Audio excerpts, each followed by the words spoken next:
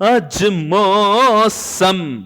Hello यारो, I hope you are doing wonderful wonderful wonderful. और यहां पर आज आपका स्वागत है टुवर्ड्स द तूफान revision of insider trading regulation. हम यहां पर क्या कर रहे हैं, हम यहां पर कोशिश करेंगे कि हर chapter securities the new syllabus का हर चैप्टर का एक डिटेल तूफान रिवीजन देखें। अगर आपने इसको ईमानदारी से देख लिया और जैसे मैं बता रहा हूं वैसे पढ़ लिया, तो आई डोंट थिंक कि आपको एग्जाम में कोई भी चैप्टर परेशान कर पाएगा। हम कैसे पढ़ रहे हैं, हम इस प्रकार से पढ़ रहे हैं कि हम चैप्टर को लेते हैं, उसका सब्सटैंशियल कंटेंट 80% ज्यादा कंटेंट हम क्लास में चीख चिल्ला के डिस्कस करके अच्छे से कंसेप्चुअली समझ के उसको रैप अप कर देते हैं in the least possible time, ताकि आप इस रिवीजन को बार बार देख सको अपने एग्जाम के लिए।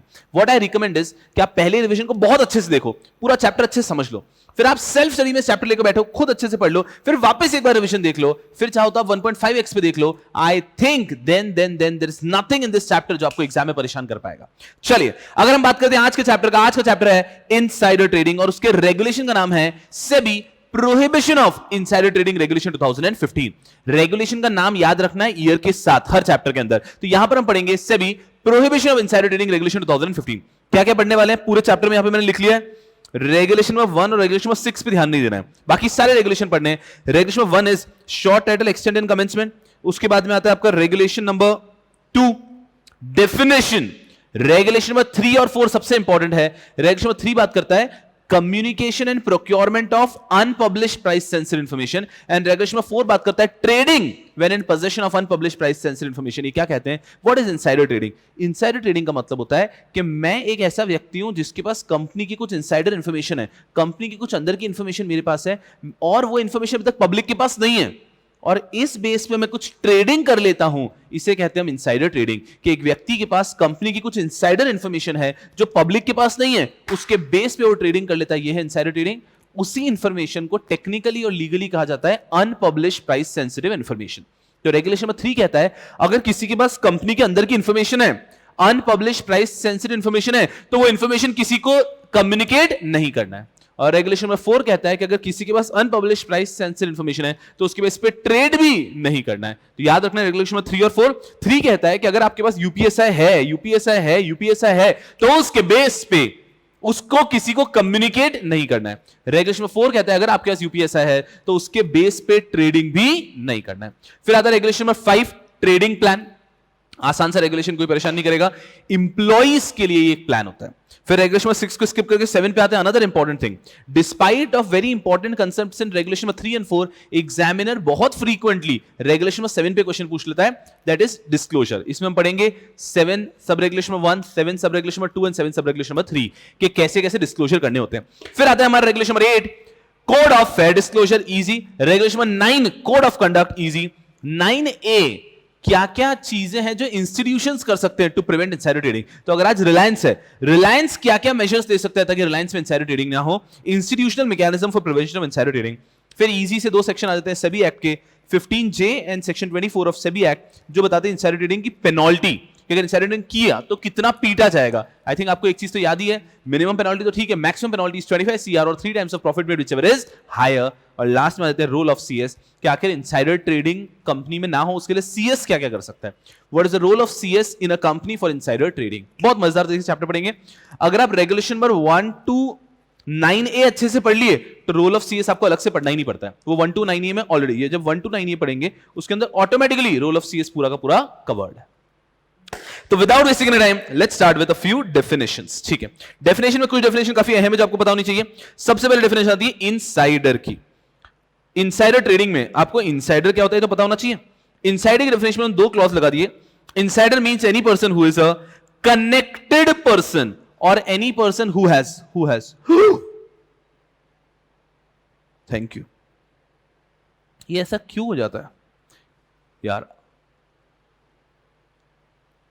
जब भी मैं बच्चों के बिना ऐसा कुछ लेक्चर रिकॉर्ड कर रहा होता हूं मुझे बहुत ही डर लगता है। चलो, आपके आने का एक अच्छा काम भी हो गया, अब मैं आपको गाली तो नहीं दूंगा, ठीक है? चलो, यस यार, हमारे सबसे पहले डेफिनेशन ऑफ कनेक्टेड पर्सन।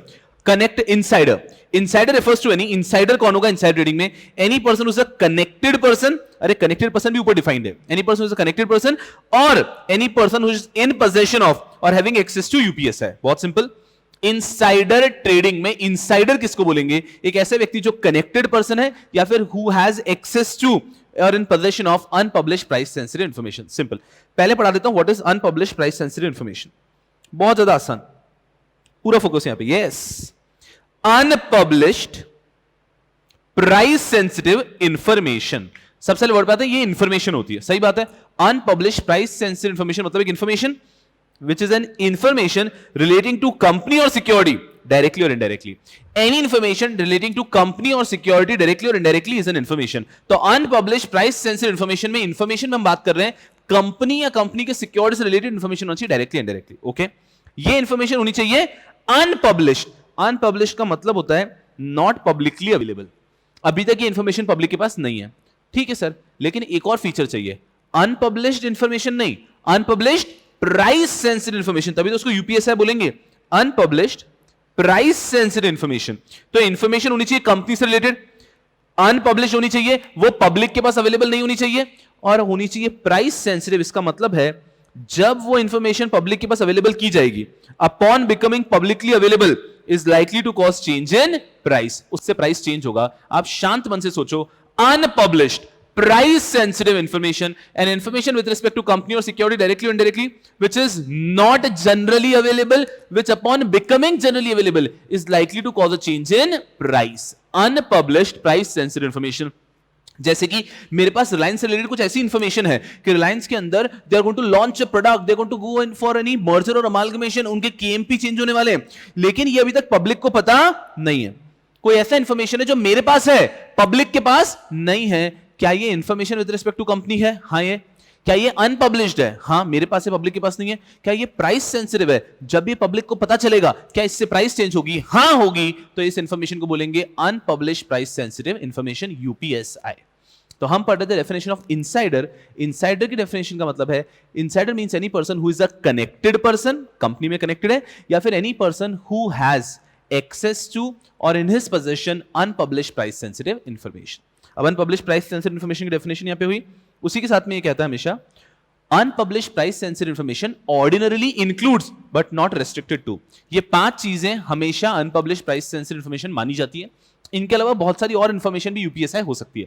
क्या 5 चीजें हमेशा यूपीएसआई मानी जाती है? एग्जाम में आपको ये एग्जांपल लिखकर आना है कि these 5 things are ordinarily considered as UPSI. Financial result, हर लिस्टेड कंपनी के क्वार्टरली फाइनेंशियल रिजल्ट आते हैं, मैं क्लास में दिखाता रहता हूं आपको। रिलायंस के क्वार्टरली रिजल्ट्स आए थे, हमने भी बात की थी, तो हर लिस्टेड कंपनी के फाइनेंशियल रिजल्ट्स आते हैं। तो वो फाइनेंशियल रिजल्ट जब तक पब्लिश नहीं होते वो भी यूपीएसआई हैं। दूसरा, डिविडेंड्स, एक लिस्टेड कंपनी डिविडेंड डिक्लेयर कर रही है, ये भी यूपीएसआई है। Third, change in capital structure, UPSI रहेगा। Next point, merger, amalgamation, delisting, merger, demerger, acquisition, delisting, ये सब कुछ आप कुछ भी कर रहे हो, ये भी यूपीएसआई रहेगा। और last is change in KMP, ये भी यूपीएसआई रहेगा। याद रखना इस डेफिनेशन को, बहुत प्रेम से यहां पे लिखी हुई डेफिनेशन यूपीएसआई है। Unpublished price sensitive information refers to an information relating to company or its securities directly or indirectly which is not publicly available but which upon becoming publicly available is likely to cause a change in price.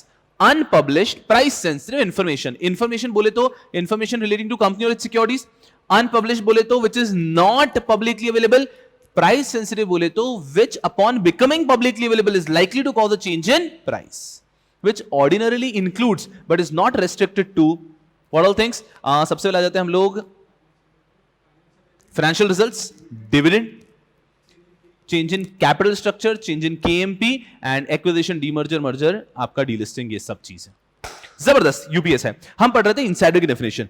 Insider means any person, insider means any person who is in possession or having access to UPSI। साथ ही लिखा है a connected person। अब आता है connected person कौन होता है? connected person कौन होता है ये भी देखेंगे हम यहाँ पे। connected person का मतलब इसमें 3 और हैं जिसको मैंने क्लास में भी हाईलाइट कराया था, इसको अच्छे से पढ़ना है। कनेक्टेड पर्सन, तो इनसाइडर आप 2 तरीके से बन सकते हो, या तो आप कंपनी के कनेक्टेड पर्सन हो तो भी आप इनसाइडर, या फिर आप कंपनी के यूपीएसआई अपने पास रखते हो तो भी आप इनसाइडर है। तो इनसाइडर बनने के 2 तरीके हो गए। Insider means any person who is a connected person और who has in his position और एक्सेस टू यूपीएसआई। जबरदस्त, हमने यूपीएसआई पढ़ लिया, अब हम कनेक्टेड पर्सन पढ़ने जा रहे हैं। कनेक्टेड पर्सन मतलब एनी पर्सन हु इज और has during the 6 months prior to concerned act has been associated with the company directly, indirectly, in any capacity, including by reason of frequent communication with its officer or by in any contractual, fiduciary or employment relation। कोई भी ऐसा व्यक्ति जो हमारी company के साथ पिछले 6 महीने में जुड़ा हुआ है, any person who's connected with the company in preceding 6 months in any capacity, it can be contractual capacity, it could be fiduciary capacity और it could be employment capacity. आप किसी भी कैपेसिटी में हमारी कंपनी के साथ पिछले 6 महीने से जुड़े हुए हैं, 6 महीने के अंदर कभी भी जुड़े हुए हैं, तो आप एक कनेक्टेड पर्सन है. Any person who's connected with the company in preceding 6 months in contractual capacity, employment relations और fiduciary capacity, that person is connected person. ठीक है, मैं आपकी कंपनी का पिछले 6 महीने में ऑडिटर था, कनेक्टेड पर्सन में आ जाऊंगा. मैं आपकी कंपनी के अंदर कोई भी सर्विसेज दी गई पिछले 6 महीने में, मैं भी कनेक्टेड पर्सन में आ जाऊंगा. Any person who was connected with the company in preceding 6 months, मैं आपकी कंपनी में काम करता था, एम्प्लॉय था पिछले 6 महीने में, कभी भी मैं भी कनेक्टेड पर्सन हूं.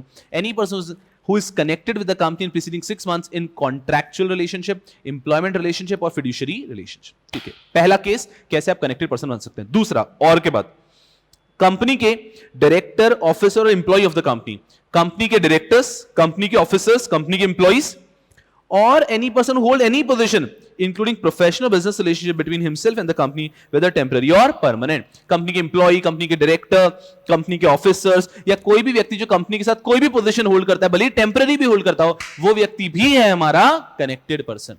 तो कंपनी के एम्प्लॉइज, कंपनी के डायरेक्टर्स, कंपनी के ऑफिसर्स, कंपनी के बिजनेस रिलेशनशिप, सप्लायर, वेंडर, ये सब होंगे आपके connected person. So second point में कवर लेते हैं कंपनी के employees, officers, directors, business relationships, भले टेम्पररी या परमानेंट रहे, ये सब भी हो गए आपके कनेक्टेड पर्सन. और लास्ट पॉइंट रिपीटेशन लगेगा, that allows such person directly or indirectly access to unpublished price sensitive information. Any person who has access to unpublished price sensitive information वो भी एक connected person. हमने क्या पढ़ा, दिमाग में क्लियर करना. हमने अभी तक सिर्फ एक डेफिनेशन पढ़ी है इनसाइडर की. इनसाइडर की डेफिनेशन, हम इनसाइडर ट्रेडिंग पढ़ रहे हैं, तो इनसाइडर डेफिनेशन तो पता होनी चाहिए. इनसाइडर कहता है, insider refers to any person who is either a connected person और who has in his position और access to unpublished price sensitive information. Unpublished price sensitive information. Insider refers to any person who is a connected person or who in his possession has access to unpublished price sensitive information. फिर connected person के 3 point पढ़ लिए हमने कि connected person कैसे हो सकते हो. Connected person means any person who was connected with the company in preceding 6 months in contractual capacity, in employment capacity, fiduciary capacity. और दूसरा पॉइंट ये हो गया. दूसरा पॉइंट, आप कंपनी के एम्प्लॉय थे, ऑफिसर थे, डायरेक्टर थे, आप बिजनेस रिलेशनशिप रखते हैं कंपनी के साथ, या फिर आपके पास अगर यूपीएसआई है तो आप हो जाओगे कनेक्टेड पर्सन. फिर हमने यूपीएसआई की डेफिनेशन तो पढ़ी ली है. UPSI refers to unpublished price sensitive information and information with respect to company or its securities which is not publicly available, which upon being publicly available is likely to cause a change in price. ये कुछ definitions हैं जो कंठस्थ होनी चाहिए to start insider trading. फिर बाकी देखिए, कंप्लायंस ऑफिसर इज ओके. फिर person deem to be connected person, कि कुछ लोग हैं, ये हम कनेक्टेड पर्सन तो पढ़ रहे हैं 3 पॉइंट से, कि कंपनी में जो काम कर रहा है पिछले 6 महीने में वो कनेक्टेड पर्सन है, कंपनी के employees connected person, UPSI connected person है.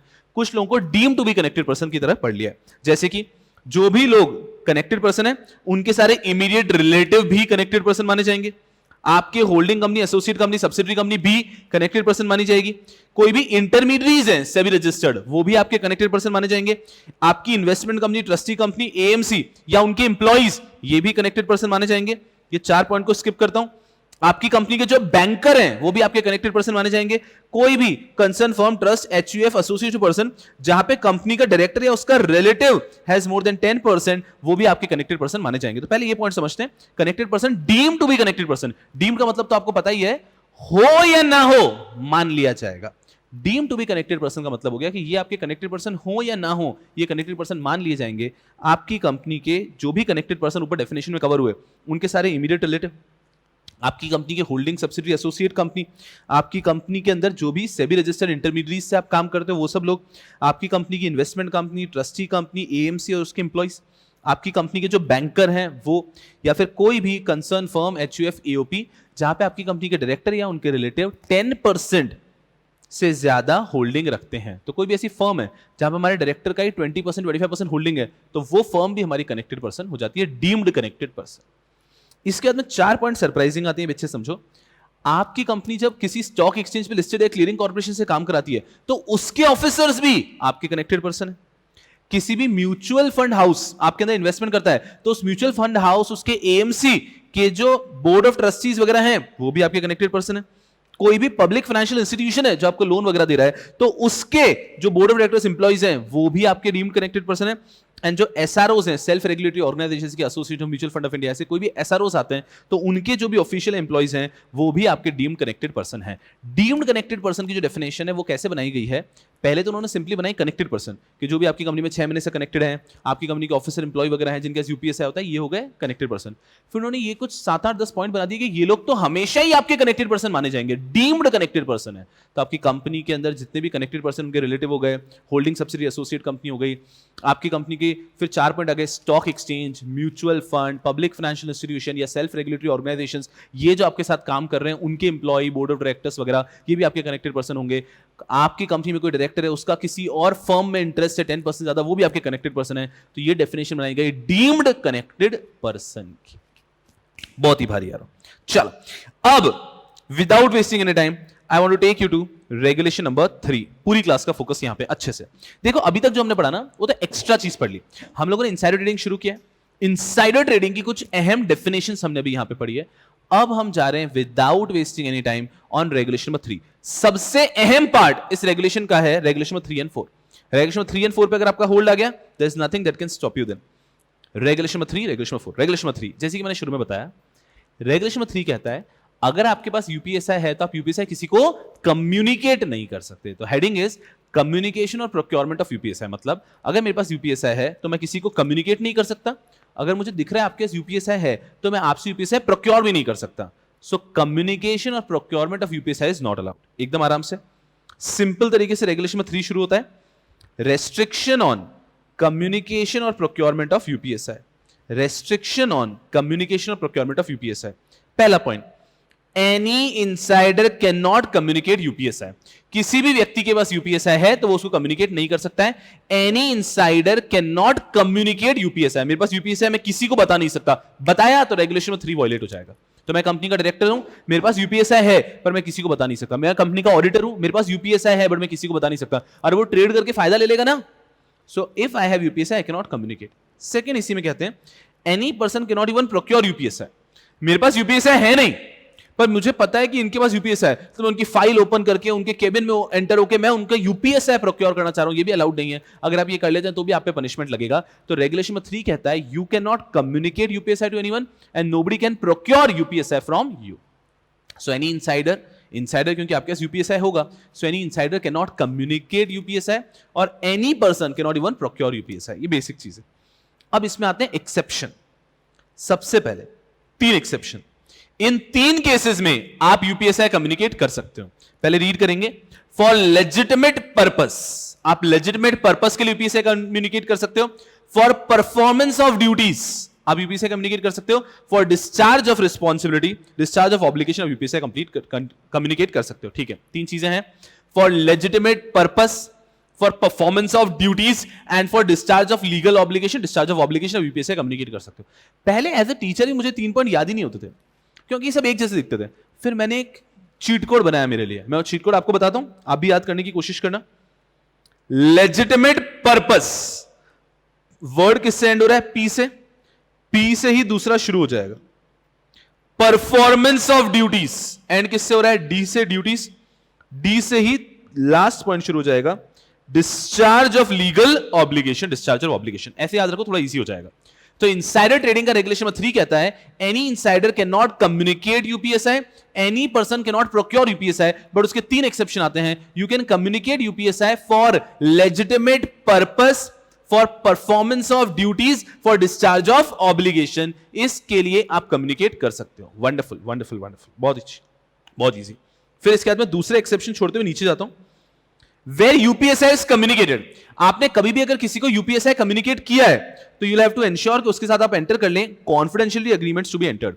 किसी के भी साथ अगर मैं यूपीएसआई कम्युनिकेट कर रहा हूं as per this legitimate purpose के लिए, परफॉर्मेंस ऑफ ड्यूटी के लिए, डिस्चार्ज ऑफ ऑब्लिगेशन के लिए यूपीएसआई कम्युनिकेट कर भी रहा हूं, तो मुझे उसके साथ में कॉन्फिडेंशियलिटी एग्रीमेंट एंटर करना है, अंडरटेकिंग लेनी है कि सर मैंने जो आपको यूपीएसआई कम्युनिकेट की है या आप किसी और को कम्युनिकेट करोगे नहीं, या अपने फायदे के लिए यूज करोगे नहीं। तो कॉन्फिडेंशियलिटी एग्रीमेंट एंटर करना है। साथ ही साथ the person to whom UPSI is shared has also now become insider। क्योंकि इनसाइडर की डेफिनेशन ही क्या है, any person who has in his possession UPSI है वो बन जाता है इनसाइडर। तो जैसे ही मैंने किसी को लेजिटिमेट पर्पस के लिए भी कम्युनिकेट किया वो तुरंत क्या बन गया, इनसाइडर। तो मैंने जिसको भी the person to whom UPSI has shared becomes an insider. और एक बहुत अच्छा कंसेप्ट है, you have to maintain structured digital database. Law कहता है कि हर कंपनी को एक स्ट्रक्चर्ड डिजिटल डेटाबेस बना के रखना है कि किस किस के यूपीएस शेयर हो रही है। तो अगर मान लीजिए रिलायंस है, रिलायंस की क्वार्टरली रिजल्ट्स है, फाइनेंशियल रिजल्ट है, उनके बोर्ड ऑफ डायरेक्टर्स को पता है तो उन सबका नाम उस लिस्ट में आएगा कि डिजिटल डेटाबेस में कि इनके पास ये यूपीएसआई है, दिस इज द यूपीएसआई इन लोगों के पास है।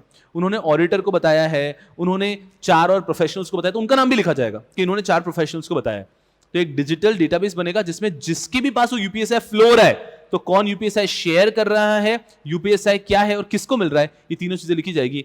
आई एम शेयरिंग यूपीएसआई, मेरा नाम, जिसके साथ शेयर कर रहा हूं उसका नाम और किस प्रकार का यूपीएसआई, ये सब उस स्ट्रक्चर्ड डिजिटल डेटाबेस में लिखा जाएगा ताकि कल को अगर इनसाइडर ट्रेडिंग हो तो पता कर सकें ये किस किस व्यक्ति के पास था, मतलब इन्हीं में से कहीं से शेयर हुआ है। बहुत ही बात, दिस इज रेगुलेशन नंबर 3। इसमें एक और कठिन चीज है समझना। तो ये रेगुलेशन नंबर 3 अभी तक जो पढ़ाया उसमें मैंने ये पार्ट स्किप करके पढ़ा दिया। तो पहले जो पढ़ा है उसको वापस देखते हैं, फिर उस पार्ट पे जाएंगे। These are another 2 exceptions. पहले बेसिक चीज, रेगुलेशन नंबर 3 कहता है इनसाइडर ट्रेडिंग का that any insider can not communicate UPSI and any person should not procure UPSI. Done हो गया।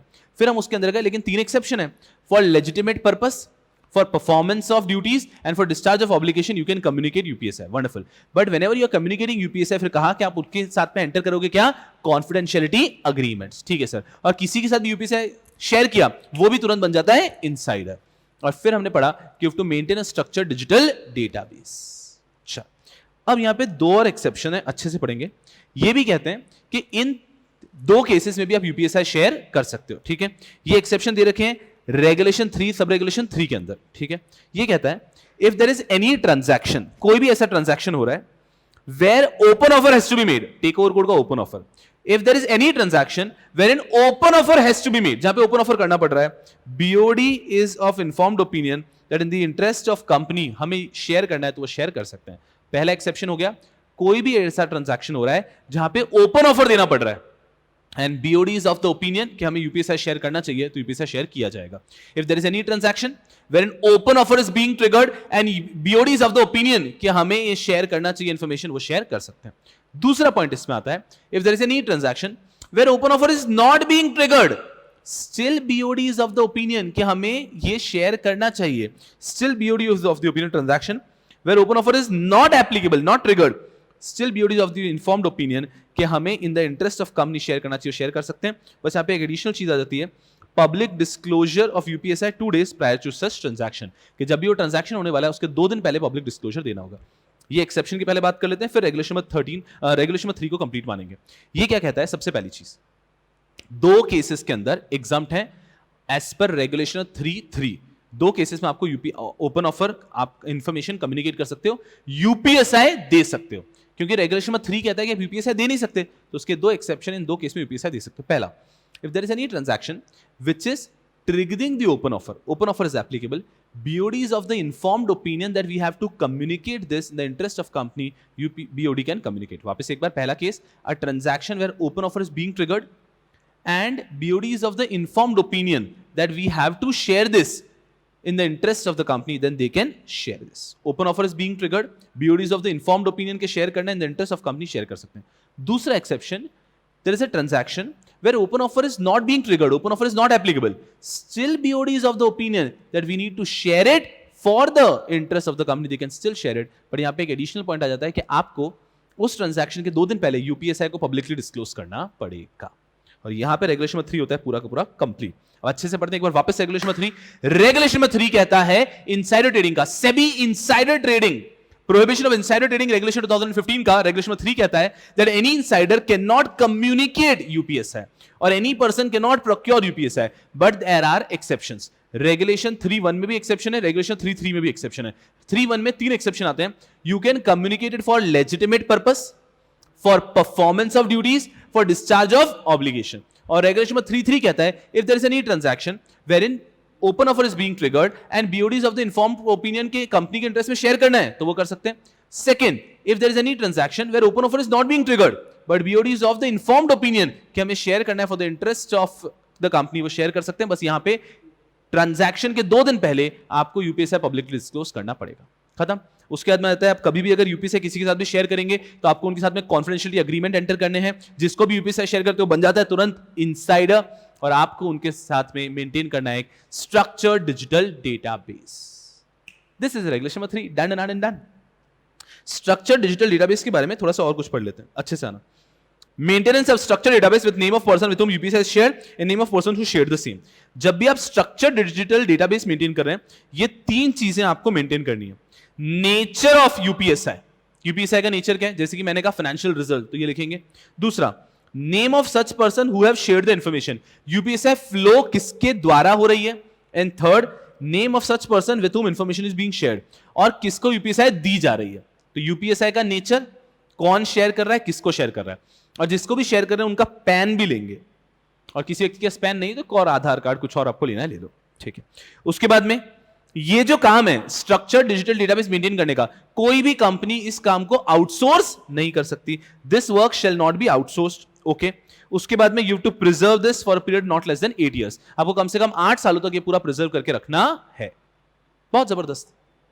उसके बाद में बस यहां पे खत्म हो जाता है हमारा रेगुलेशन नंबर 3, एकदम तूफान सा एक regulation. Give me a second.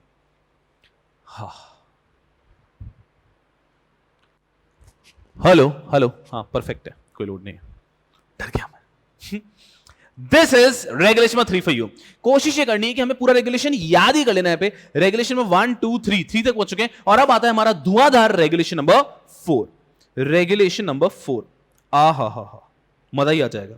Regulation number 4, जैसे कि मैंने शुरू में बताया था, रेगुलेशन नंबर 3 कहता है that you can not communicate UPSI, और रेगुलेशन नंबर 4 कहता है you can not trade when in position of UPSI. आपके यूपीएसआई अच्छे को आप ट्रेड नहीं कर सकते, ये कहता है रेगुलेशन नंबर 4। ये कहता है insider when in position of UPSI shall not trade. एक इनसाइडर जिसका यूपीएसआई है उसके भी पे ट्रेड नहीं कर सकता। ट्रेड किया तो बहुत पिटाई होगी, बाद में बहुत ही ज्यादा पिटाई होगी। जो हम पढ़ते हैं ना 3 times of profit made 25 CR whichever is higher, वो पिटाई तभी होती है जब आप ट्रेड करते हैं on the basis of UPSI. Company का कोई इंफॉर्मेशन मेरे पास था, किसी और को पता नहीं था, मैंने उस बेस पे शेयर खरीद के प्रॉफिट कमा लिया, अगर पकड़े गए तो उससे भी बहुत ही पीटेगा, क्योंकि हमने रेगुलेशन नंबर 4 को वायलेट कर दिया है। Insider when in position of UPSI shall not trade. अब क्या लिखा है, इसके कुछ एक्सेप्शन है। There are 6 exceptions. यहां बस इतना ही है रेगुलेशन नंबर 4 में। बेसिक रेगुलेशन कहता है कि कभी भी अगर आपके पास यूपीएसआई है तो आप उसके बेस पे ट्रेड नहीं कर सकते। और फिर ये लेकर आते हैं उसके 6 एक्सेप्शन, 6 केसेस जिस केस के अंदर आप ट्रेड कर सकते हो। ये 6 केसेस क्या है? Exception number 1, of market transfer between Insiders. अगर आप ऑफ मार्केट ट्रांसफर कर रहे हो, स्टॉक एक्सचेंज के बाहर ऑफ मार्केट ट्रांसफर कर रहे हो बिटवीन इनसाइडर, मतलब मेरे पास भी यूपीएसआई है, आपके पास भी यूपीएसआई, पब्लिक के पास नहीं होगा। मैं भी इनसाइडर, आप भी इनसाइडर, हम दोनों के पास यूपीएसआई है, तो हम स्टॉक एक्सचेंज के बाहर ट्रेड कर सकते हैं। इसमें पब्लिक के साथ हम कुछ गलत तो कर ही नहीं रहे ना। तो अगर हम स्टॉक एक्सचेंज के बाहर कर रहे हैं तो हम कर सकते हैं, कोई प्रॉब्लम नहीं है, ठीक है सर। तो exception number 1, of market transfer among insider. Exception number 2, transfer on stock exchange but in block deal window. हम स्टॉक एक्सचेंज पे ट्रांजैक्शन कर रहे हैं, पर अभी तो बोला था फर्स्ट केस अलग हो गया, उसमें आप आउटसाइड स्टॉक एक्सचेंज करो, ऑफ मार्केट करो, बिटवीन इनसाइडर, बात खत्म। सेकेंड एक्सेप्शन, आप स्टॉक एक्सचेंज पे कर लो, लेकिन स्टॉक एक्सचेंज पे नॉर्मल विंडो से नहीं, ब्लॉक डील विंडो मैकेनिज्म। जो हमारा ब्लॉक डील होता है दिन में 2 बार 15-15 मिनट के लिए चलता है, इस ब्लॉक डील विंडो के अंदर अगर आप चाहें तो यहां पर आप ट्रेड कर सकते हैं, ये भी बिटवीन इनसाइडर।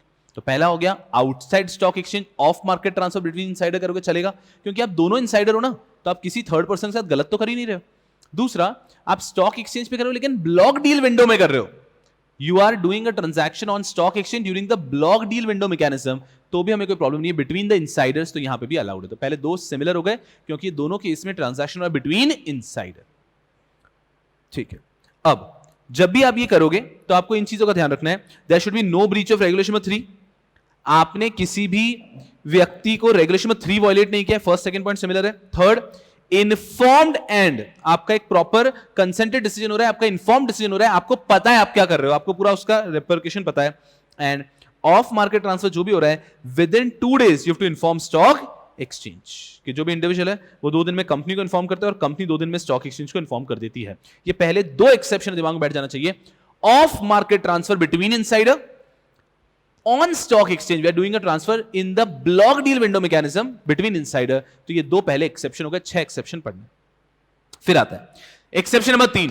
एक्सेप्शन नंबर 3 कहता है हमें कि हम अगर यूपीएसआई के बेस पे ट्रेड कर सकते हैं if at all there is any statutory और रेगुलेटरी ऑब्लिगेशन। अगर कोई स्टैट्यूटरी रेगुलेटरी हम पे ऑब्लिगेशन है तो हम ट्रेड कर सकते हैं, बेस्ट है। Fourth, pursuant to ESOP option, stock option, ESOPs. मैं कंपनी में काम कर रहा हूं, कंपनी मुझे ईसॉप दिया कि 2 साल तक काम करोगे तो आपको शेयर्स मिलने वाले हैं, और जब मैं शेयर्स को एक्सरसाइज कर रहा हूं तब मेरे पास कोई यूपीएसआई है तो भी चलेगा, कोई प्रॉब्लम नहीं है, क्योंकि जब मैंने डिसीजन लिया था तो 2 साल पहले लिया, 1 साल पहले लिया है, तो कोई प्रॉब्लम ही नहीं है। तो अगर मेरे पास यूपीएसआई है फिर भी मैं ट्रेड कर सकता हूं, pursuant to N ESOP option में शेयर खरीद सकता हूं। ये 2 इजी पॉइंट हो गए, स्टैट्यूटरी और regulatory obligation and pursuant to an stock option, example ESOPs. फिर 5th पॉइंट को स्किप करके मैं 6th पे आता हूं, pursuant to a trading plan, कि हम ट्रेडिंग प्लान के तहत भी अगर कभी भी चाहें तो मस्ती से शेयर्स खरीद सकते हैं even when we have UPSI. Next regulation number 5 trading plan पे ही है, तो अगला वही पढ़ेंगे, तो अभी इसको आप समझ लो, बस ये याद रख लो, pursuant to a trading plan. 6 exception में से 5 हो चुके हैं, एक पढ़ना बाकी है, दैट इज एक्सेप्शन नंबर 5। पहले इन 5 को याद रखते हैं अच्छे से। रेगुलेशन नंबर 4 कहता है any insider can not trade in position of UPSI. कोई भी इनसाइडर जिसके पास यूपीएसआई है वो कंपनी के शेयर्स में ट्रेड नहीं कर सकता। पर इसके 6 एक्सेप्शन है। पहला exception, of market transfer between insider. Second exception, transfer on block deal window mechanism on stock exchange between insider. Exception number 3, if there is any statutory or regulatory obligation on you to trade. Fourth, if there is any stock option pursuant to which you are trading. Fifth पढ़ा नहीं है, और 6th pursuant to a trading plan. ये 6 cases में आप trade कर सकते हो। अब आते हैं एक्सेप्शन नंबर 5 पे, बहुत जबरदस्त। If there is an non-individual insider, non-individual insider का मतलब कंपनी फर्म टाइप कुछ होगा, तो इंडिविजुअल नहीं है, नॉन इंडिविजुअल इंसाइडर है, ये एलएलपी हो सकता है या कोई कंपनी हो सकता है, तो मान लेते हैं कंपनी है। नॉन इंडिविजुअल इंसाइडर अगर एक कंपनी है, person having UPSI and person making the trade decision are different. एक कंपनी है, उसमें 6 डायरेक्टर्स हैं, 2 डायरेक्टर्स के पास यूपीएसआई है, लेकिन ये ट्रेड डिसीजन तो किसी और 3 डायरेक्टर्स ने लिया है। कंपनी है 6 डायरेक्टर्स, उनमें से 2 डायरेक्टर्स ए और B, they have UPSI about some other company. तो हमारी कंपनी रिलायंस, हम शेयर्स खरीदने का सोच रहे हैं किसी और कंपनी, एशियन पेंट्स में। रिलायंस के 2 डायरेक्टर्स के पास एशियन पेंट्स का कुछ यूपीएसआई है, लेकिन ये जो ट्रेड डिसीजन लिया है ये ए और बी ने नहीं लिया है, ये लिया है एमएनओ ने, एमएन और ओ ने। So what they are saying कि if at all the insider, the person buying the share, when there are non individual insider, जो व्यक्ति शेयर्स खरीद रहा है वो नॉन इंडिविजुअल है, और उसमें जिन लोगों के पास यूपीएसआई है और जो लोग ट्रेड कर रहे हैं, ये 2 सेपरेट सेट ऑफ पीपल हैं। The one who is having UPSI and the one who are taking trading decision are 2 separate set of people, and precautionary measures are taken and there is no evidence of violation. ये precaution रखा गया है कि UPSI यहां से यहां तक share नहीं हुई है, and there is no evidence कि उन्होंने वायलेट भी किया है। और ये एक और एक्सेप्शन होता है। इसका मतलब क्या होता है, एक कंपनी है, उस कंपनी में एबीसी एमएनओ ऐसे 6 डायरेक्टर्स हैं, एमएनओ सारे इन्वेस्टमेंट डिसीजन लेते हैं, उन्होंने इन्वेस्टमेंट डिसीजन लेके एशियन पेंट्स के शेयर खरीद लिए, बाद में पता चला ए के पास में उस कंपनी का यूपीएसआई था, तो ये तो इनसाइडर ट्रेडिंग का वायलेशन हो जाएगा। लॉ ने कहा नहीं, if there is non individual insider, the person who's having UPSI and the person who took trading decision are different people, and precautions have been taken कि information share नहीं हो, and there is no evidence of violation of any rule, in that case यहां पे भी insider trading नहीं होगा, ये भी exception में cover हो जाएगा। These are 6 exceptions to regulation number 4। तो regulation number 3, you cannot communicate, you cannot procure UPSI, उसमें 3 exceptions हैं, then later on 2 और exceptions हैं। Regulation number 4, when any insider has UPSI, he cannot trade on the basis of UPSI, it has got 6 exceptions। I hope you're all with me। कंठस्थ यहीं पे याद कर लेना सब्सटेंशियल पार्ट। चल, इसके बाद में विदाउट वेस्टिंग टाइम आपको लिए चलता हूं ट्रेडिंग प्लान की तरफ। रेगुलेशन नंबर 5 एकदम अच्छे से पढ़ना है। देखो यार, जैसे कि मैं सजेस्ट करता हूं मेरे साथ में पढ़ना है, मेरा क्वेश्चन का 80% चीज तो आपकी यहीं से परफेक्ट हो जाएगी। जैसे ही रिवीजन खत्म होता है उसके बाद आप बैठो और एक बार खुद से पूरा चैप्टर परफेक्टली पढ़ लो, फिर इस रिवीजन को एक और बार देखो। जब आप सेकंड टाइम रिवीजन देखोगे ना तो आप मुझसे पहले बोल पाओगे, और फिर कोई ताकत नहीं है जो आपको एग्जाम में अच्छा मार्क्स स्कोर करने से रोक सकती है।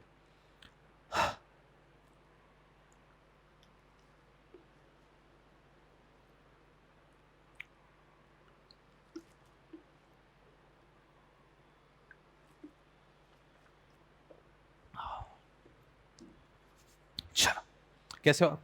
मजे में एकदम? अच्छा, अजीब अजीब सा तो नहीं लग रहा आपको? नहीं लग रहा है ना? बहुत अच्छी बात है।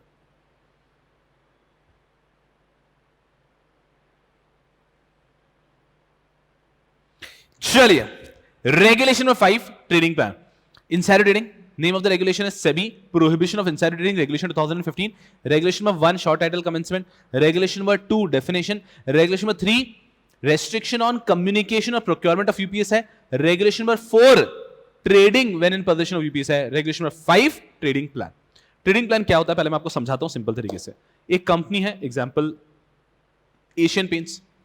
एशियन पेंट्स की इंप्लॉइज एशियन पेंट्स के शेयर्स खरीदना तो चाहते हैं, लेकिन वो डरते हैं कि यार हमने अगर इस कंपनी के शेयर खरीद लिए, कल को ये हमें इनसाइडर ट्रेडिंग में पकड़ लेंगे कि तुम्हारे पास कंपनी को इन्फॉर्मेशन थी, जबकि हमारे पास तो कोई इन्फॉर्मेशन थी भी नहीं. तो इसके लिए कंपनी ने एक प्लान बनाया कि आप में से कोई भी इंप्लॉय अगर हमारी कंपनी के शेयर खरीदना चाहता है, आप हमें पहले से एक प्लान दे दो कि आप कंपनी के शेयर्स कैसे कैसे खरीदना चाहते हो. For example, monthly you want to buy shares, monthly कितने शेयर्स, मंथली आप एशियन पेंट्स के 10 शेयर्स खरीदना चाहते हो, आप ये प्लान लिख के दे दो. इस प्लान को हम एक बार देखेंगे, कंसीडर करेंगे, हमारे कंप्लायंस ऑफिसर को दिखाएंगे, सीएस को दिखाएंगे. अगर उसने अप्रूव कर दिया तो हम इस प्लान को तथास्तु बोल देंगे, अप्रूव कर देंगे. देन आप बेहिचक हर महीने 10-10 शेयर एशियन पेंट्स के खरीदते जाओ. हम कभी भी आपके ऊपर इनसाइडर ट्रेडिंग का लांछन नहीं लगा सकते, भले ही आपके पास यूपीएसआई हो या ना हो. ऊपर पढ़ा है हमने एक्सेप्शन में, रेगुलेशन में 4 कभी भी वॉयलेट नहीं होगा if you are trading pursuant to a trading plan. तो अगर इंप्लॉय ने अपना ट्रेडिंग प्लान कंपनी के सीएस से अप्रूव कराया और उसके तहत वो बाय कर रहा है, तो फिर उसको कोई रोक नहीं सकता. पर इसके कुछ रूल्स हैं. पहला, आज आप ट्रेडिंग प्लान को सबमिट करोगे, ये एग्जीक्यूट होना चालू होगा मिनिमम 6 महीने के बाद. तो आज आप ट्रेडिंग प्लान दोगे, पहला पॉइंट ध्यान रखो, it has to be approved by compliance officer, CS approve करेगा. दूसरा, ये एग्जीक्यूट होगा 6 महीने के बाद. आपके मल्टीपल ट्रेडिंग प्लान नहीं हो सकते, एक व्यक्ति का एक ही ट्रेडिंग प्लान होगा, ओवरलैपिंग नहीं हो सकते. नेक्स्ट, ट्रेडिंग प्लान में या तो आपको बताना है नंबर ऑफ शेयर्स, जैसे कि मैंने एग्जांपल दिया, हर महीने हम 10 शेयर खरीदेंगे, या फिर आपको बताना है अमाउंट कि हर महीने हम 5000 के शेयर्स खरीदेंगे. या तो अमाउंट बताओ हर महीने का, या फिर आप ट्रेडिंग प्लान के नंबर ऑफ शेयर्स बताओ. नेक्स्ट, आप में इसको मंथली रख सकते हो, क्वार्टरली रख सकते हो, आपको जैसे रखने रखो, लेकिन ट्रेडिंग प्लान का मिनिमम टेन्योर 1 ईयर होगा. आप ऐसे नहीं दे सकते हो कि 2 बार शेयर खरीदना है, इसका अप्रूवल दे दो. नहीं नहीं नहीं नहीं, ट्रेडिंग प्लान का मतलब है हर महीने या हर क्वार्टर एंड में खरीदना चाहते हो, तो आपको कम से कम 1 ईयर का ट्रेडिंग प्लान देना होगा. तो इस प्रकार के कुछ ट्रेडिंग प्लान के रूल होते हैं. आई होप आपको आइडिया लग रहा है what is a trading plan. Trading plan is a plan which employees submit to the company, which compliance officer approves, pursuant to which employees can buy shares under the trading plan without worrying about insider trading, that they will ever be charged under insider trading. They will never be charged if they are buying pursuant to trading plan. एक और point ध्यान रखना trading plan का, मैंने अगर approval ले लिया है कि हर महीने में 10,000 के शेयर खरीदने वाला हूं, या हर महीने में 10 शेयर खरीदने वाला हूं, फिर मैं इसमें डेविएट नहीं कर सकता. मुझे कंपल्सरीली हर महीने शेयर्स खरीदने पड़ेंगे. ना उससे ज्यादा खरीद सकता हूं, ना उससे कम. अगर मैं हर महीने के 10-10 शेयर खरीद रहा हूं, तो वो ट्रेडिंग प्लान के तहत होगा और मैं इनसाइडर ट्रेडिंग से एग्जम्प्टेड रहूंगा. चलो, ट्रेडिंग प्लान को लेकर आपको ये सारे पॉइंट्स याद रखने. अगर ये सारे पॉइंट्स याद है तो आप एग्जाम के किसी भी क्वेश्चन को हैंडल कर पाओगे. चलिए, सबसे पहले trading plan has to be submitted to compliance officer. Compliance officer will approve and will give it to stock exchange for public disclosure. उसी के बाद आप ट्रेडिंग प्लान के तहत शेयर खरीद सकते हो. You give the trading plan to compliance officer. Compliance officer उसको अप्रूव करता है, स्टॉक एक्सचेंज को देता है, और स्टॉक एक्सचेंज उसका पब्लिक डिसेमिनेशन करता है कि इस एम्प्लॉय ने ट्रेडिंग प्लान अप्रूव करवाया है.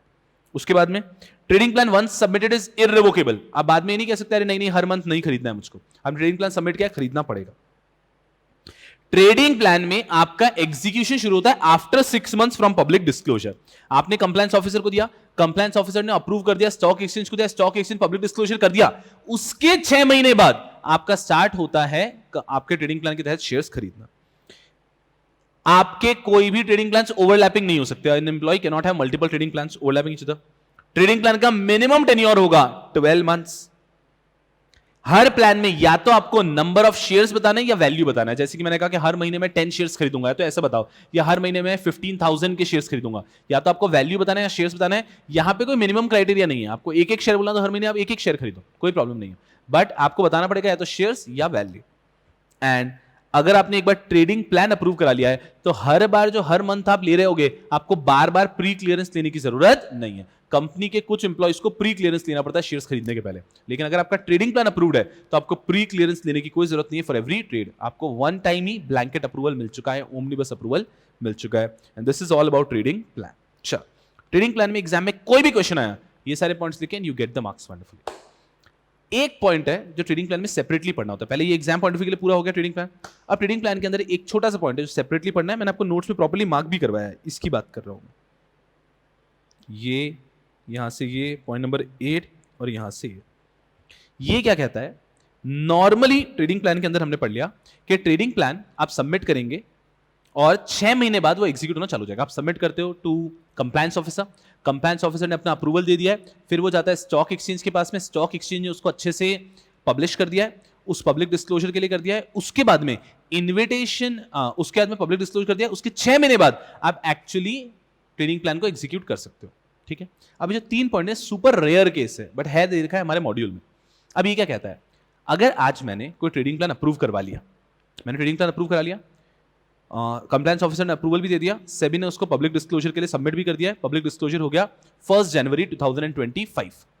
तो 1 जनवरी 2025 से 6 मंथ्स में काउंट करूंगा जून एंड तक।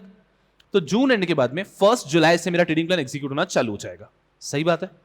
अब यहां पे केस को प्रिज्यूम करते हैं, अगर मान लीजिए मेरे पास जब मैंने ट्रेडिंग प्लान अप्रूव कराया तब कोई यूपीएसआई था, I had some unpublished price sensitive information with me while I submitted this trading plan 1 जनवरी 2024 को जब अप्रूवल भी आया तब मेरे पास यूपीएसआई था।